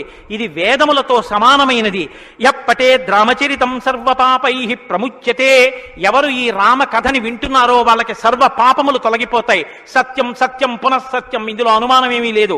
ఏతదాఖ్యానమాజుష్యం పఠన్ రామాయణం నరః. ఎవరు ఈ రామాయణాన్ని చదువుకుంటున్నారో వింటున్నారో వాళ్ళకి ఆయుష్యం నిలబడుతుంది, అపమృత్యు దోషం తొలగిపోతుంది. సపుత్ర పౌత్ర సగణ ప్రేత్య స్వర్గే మహీయతే. పుత్రుల్ని కొడుకుల్ని మనవల్ని చూసిన తర్వాత 3 తరాలు చూసిన తర్వాత సంతోషంతో సుఖశాంతులతో ఇహమనందు జీవించి ఆఖర తేలికగా శరీరం నుంచి ప్రాణం విడిపోయి జీవుడు సంతోషంగా భగవన్నామం చెప్తూ స్వర్గలోకాన్ని చేరుకుంటాడు. ఇంతటి గొప్ప అనుభూతిని ఐశ్వర్యాన్ని అనుగ్రహించగలిగినటువంటి శక్తి కలిగినటువంటిది రామాయణం. కాబట్టి ఎల్లరూ ఈ రామాయణాన్ని చదువుకోవాలి, వినాలి, ధరించాలి అని నారద మహర్షి వాల్మీకి మహర్షికి చెప్తే తదేక ధ్యానంతో ఆ మాలామంత్రంగా వినపడిన సంక్షేప రామాయణాన్ని విని పొంగిపోయిన హృదయంతో తన్మయత్వంతో ఉన్నటువంటి వాల్మీకి మహర్షి యొక్క స్థితి దగ్గర ఇవాల్టి ఉపన్యాసాన్ని పూర్తి చేస్తున్నారు. రేపటి రోజున అసలు ఎలా ఆవిర్భవించిందో, తన్మయత్వంలో ఉన్న వాల్మీకి మహర్షి ఎలా బయలుదేరారో, రామాయణం ఎలా వచ్చిందో, ఏం జరిగిందో ఆ విషయాన్ని మీకు మనవి చేసి రామాయణ కథా ప్రారంభం చేసే అనుగ్రహాన్ని రామచంద్ర ప్రభు నాకు కృపచేయుగాక. రేపు ఖచ్చితంగా 6:30 కథా ప్రారంభం అయిపోతుంది. లేకపోతే 7 రోజుల్లో బాలకాండ పూర్తి కాదు. కాబట్టి మంగళాశాసనపరై మదాచార్య పురోగమై సర్వైశ్చ పూర్వైరాచార్యై సత్కృతాయాస్తు మంగళం. మంగళం కోసలేంద్రాయ మహనీయ గుణాత్మనే చక్రవర్తి తనూజాయ సర్వభౌమాయ మంగళం ఉమాకాంతాయ కాంతాయ కామితార్థప్రదాయినే శ్రీగిరీశాయ దేవాయ మలినాథాయ మంగళం కరచరణకృతం వా కర్మవాక్కాయజం వా శ్రవణనైనజం వా మానసం వా పరాధం విహితం వా సర్వమేత్తక్షమస్వ శివ శివ కరుణాబ్ధే శ్రీ మహాదేవ శంభో సర్వం శ్రీ ఉమామహేశ్వర పరబ్రహ్మార్పణమస్తు. స్వస్తి. అయ్యా దయచేసి ఏమండి అందరూ ఒక్క నిమిషం కూర్చోండి. కలియుగంలో అత్యంత పవిత్రమైంది అని కదా నేను మీతో మనవి చేశాను రామనామం గురించి. శ్రీరామాయణం వినడం ఒక మహద్భాగ్యం. నన్ను నమ్మండి, నేను చెప్తున్నానని నేను చెప్పట్లేదు. జీవితంలో రామాయణం వినడం అనేటటువంటిది కొన్ని కోట్ల కోట్ల కోట్ల జన్మల తర్వాత లభించేటటువంటి అదృష్టం. అందున సంపూర్ణ రామాయణం బాలకాండ నుంచి పట్టాభిషేకం వరకు ఏకబిగిన మండల కాలం రామాయణం వినడం అనేటటువంటిది సంభవం అయ్యేటటువంటి విషయం కాదు. అది కేవలం పూర్వపుణ్యం రామానుగ్రహం ఉంటేనే సాధ్యమయ్యేటటువంటి విషయం. అటువంటి రామ కథ విన్న తరువాత మనం కేవలం లేచి వెళ్ళిపోవడం వల్ల ప్రయోజనం కన్నా రామనామాన్ని చెప్పి వెడితే చాలా బాగుంటుంది. రామనామం కేవలం రామ అనడం కన్నా పెద్దలు మనకు ఒక మార్గాన్ని ఇచ్చారు. రామ రామ రామ అని 3 మాటలంటే ఆ రోజున వాళ్ళు విష్ణు సహస్రం చెప్పిన ఫలితం. అది ఇంట్లో అంటేనే అంత ఫలితం ఇస్తే ఒక దేవాలయ ప్రాంగణంలో, అది జగద్గురు పీఠ ప్రాంగణంలో ఎంత శక్తివంతం ఆలోచించండి. అందుకే రామ రామ రామ 1000 ఎలా అవుతుందని మీకు అనుమానం ఉండొచ్చు. అక్షరాల్ని అంకెల్లోకి మార్చే సంప్రదాయం ఉంది. 2 మా 5 రామ రామ రామ అంటే 2 5 2 × 5 × 2 × 5 × 2 × 5 2 5 10 10 2 20 25 100 100 200 205 1000 సహస్రనామ తత్తుల్యం రామనామ వరాననే. కాబట్టి శ్రీరామ రామ రామ అంటే విష్ణు సహస్రం చెప్పి వెళ్ళిపోయినట్టు. కాబట్టి నేను మకుటం అంటూ ఉంటాను. మకుటం మీరందరూ కానీ నేను దానికి వివరణం ఒకటి అంటూ ఉంటాను. మీరు మీ అందరూ కూడా చక్కగాను రామనామము రామనామము రమ్యమైనది రామనామము అని మీరంటారు. ఉండండి ఉండండి, మీ త్వర చాలా గొప్పది.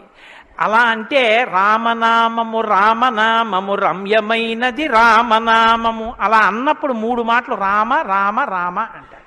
మీరు ఎన్ని మాటలు అన్నారో అన్ని మాటలు విష్ణు సహస్రం చెప్పింది.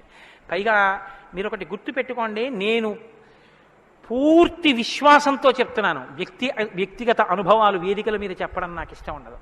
శ్రీరామాయణం జరగడానికి అందరికన్నా ముందే స్వామి హనుమ వస్తారు. అందుకే రామాయణం చెప్పేటప్పుడు హనుమ కోసం ఒక ఆసనం వేస్తారు. ప్రచ్ఛన్న రూపంలో వచ్చి కూర్చుంటారు. అదిగో ఆ ఆసనం, అది రామచంద్రమూర్తి పాదాల దగ్గర ఖాళీగా ఉంచిన ఆసనం ఎవరికంటే హనుమ కొరకు. దాని మీద వారు కూర్చుంటారు. అందుకే పుష్పాలంకారంతో శోభింపచేస్తారు. ఆయనకి ఆ పూలహారం వేశాను. రామనామం చెప్తుంటే ఆయన ఇలా చూస్తూ ఎవరా రామనామం చెప్తున్నారో పొంగిపోతారట. రాముడు హనుమ ప్రీతి పొందేస్తారు. ఎంత అసలు సీతమ్మ పరవశించిపోతుంది. నేను మీకు ఇప్పుడే చెప్పాను, వాక్కు ఉన్నది ఒక్క మనుష్య జన్మకే. అది మన భాగ్య విశేషం చెప్పగలగడం. రోజు అలాని మీతో నేనేం గంట సేపు చెప్పించను. ఒక్క 11 పర్యాయాలు అందులో నాకు ఏది అనిపించాలనిపిస్తే అవి అనిపిస్తూ ఉంటాను. నేను వివరణతో కూడిన మాట అంటాను, మీరు రామనామము రామనామము రమ్యమైనది రామనామము. నేను గొప్పకి చెప్పట్లేదు, మీతో మాట మనవి చేస్తా. నేను అయ్యప్ప స్వామి దేవాలయంలో సంపూర్ణ రామాయణ ప్రవచనం చేసిన రోజుల్లో ఇది అనిపించేవాళ్ళం. రామాయణం అయిపోయిన తర్వాత రామాయణం సీడీలు ప్రపంచవ్యాప్తంగా అన్ని దేశాలకి వెళ్ళాయి. అయితే అమెరికా నుంచి నాకు ఫోన్లు వచ్చాయి, గురుగారు ఒక్కసారి వినండి అని.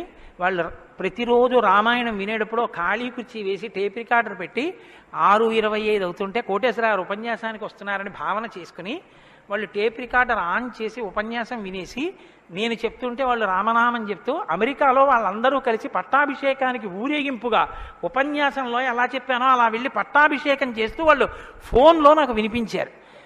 ఎందుకని అంటే నేను సముద్రం దాటి రాను అన్నాను. అందుకని నేను వెళ్ళలేదు పాపం చూడ్డానికి. కానీ ప్రపంచంలో ఎన్ని దేశాలలోనో అలా చెప్పుకుని ఎన్ని కోట్ల రామనామం జరిగిందో, ఎన్ని చోట్ల పట్టాభిషేకాలు జరిగాయో. మళ్ళీ ఆనాడు సంపూర్ణ రామాయణం చెప్పించాడు రామచంద్ర ప్రభు. ఈనాడు మళ్ళీ గుంటూరు శారదాపీఠంలో చెప్పగలుగుతున్నాం. కాబట్టి మీ అందరూ కూడా చక్కగా భక్తి శ్రద్ధలతో చెప్పండి. ఒక సంప్రదాయానికి దీన్ని ఆవిష్కరిస్తున్నాం. ఇవాళ మీ అందరికీ కూడా దీన్ని బహుమానం చేస్తారు. మీ అందరూ కూడా చక్కగా ప్రతిరోజు దీన్ని తీసుకొచ్చి రోజు ఇందులోంచి నామాలు చదువుకోవచ్చు. మీ ఇంటి దగ్గర కూడా చదువుకోవచ్చు. ఇవాళ మాత్రం నేను చెప్పింది మకుటని చెప్పండి. 108 నామాల్లో సంపూర్ణ రామాయణం నామరామాయణం అని ఇది కూడా మీకు బహుమానం చేస్తున్నారు. ఇది కూడా మీరు చదువుకోవచ్చు. శ్రీరామనామము రామనామము రమ్యమైనది రామనామము రామనామము దారి నుండి గనడచు వారికి తోడు నీడే రామనామము రామనామము రామనామము రమ్యమైనది రామనామము నారదాది మహామునీంద్రులు నమ్మినది శ్రీరామనామము రామనామము రామనామము రమ్యమైనది రామనామము కోరి కొలచిన వారికెల్లను కొంగు బంగరు రామనామము రామనామము రామనామము రమ్యమైనది రామనామము అండపిండ బ్రహ్మాండములకు ఆధారమైనది రామనామము రామనామము రామనామము రమ్యమైనది రామనామము బ్రహ్మ సత్యము జగన్మిథ్యా భావమే శ్రీరామనామము రామనామము రామనామము రమ్యమైనది రామనామము ఆంజనేయుని వంటి భక్తులకాశ్రయము రామనామము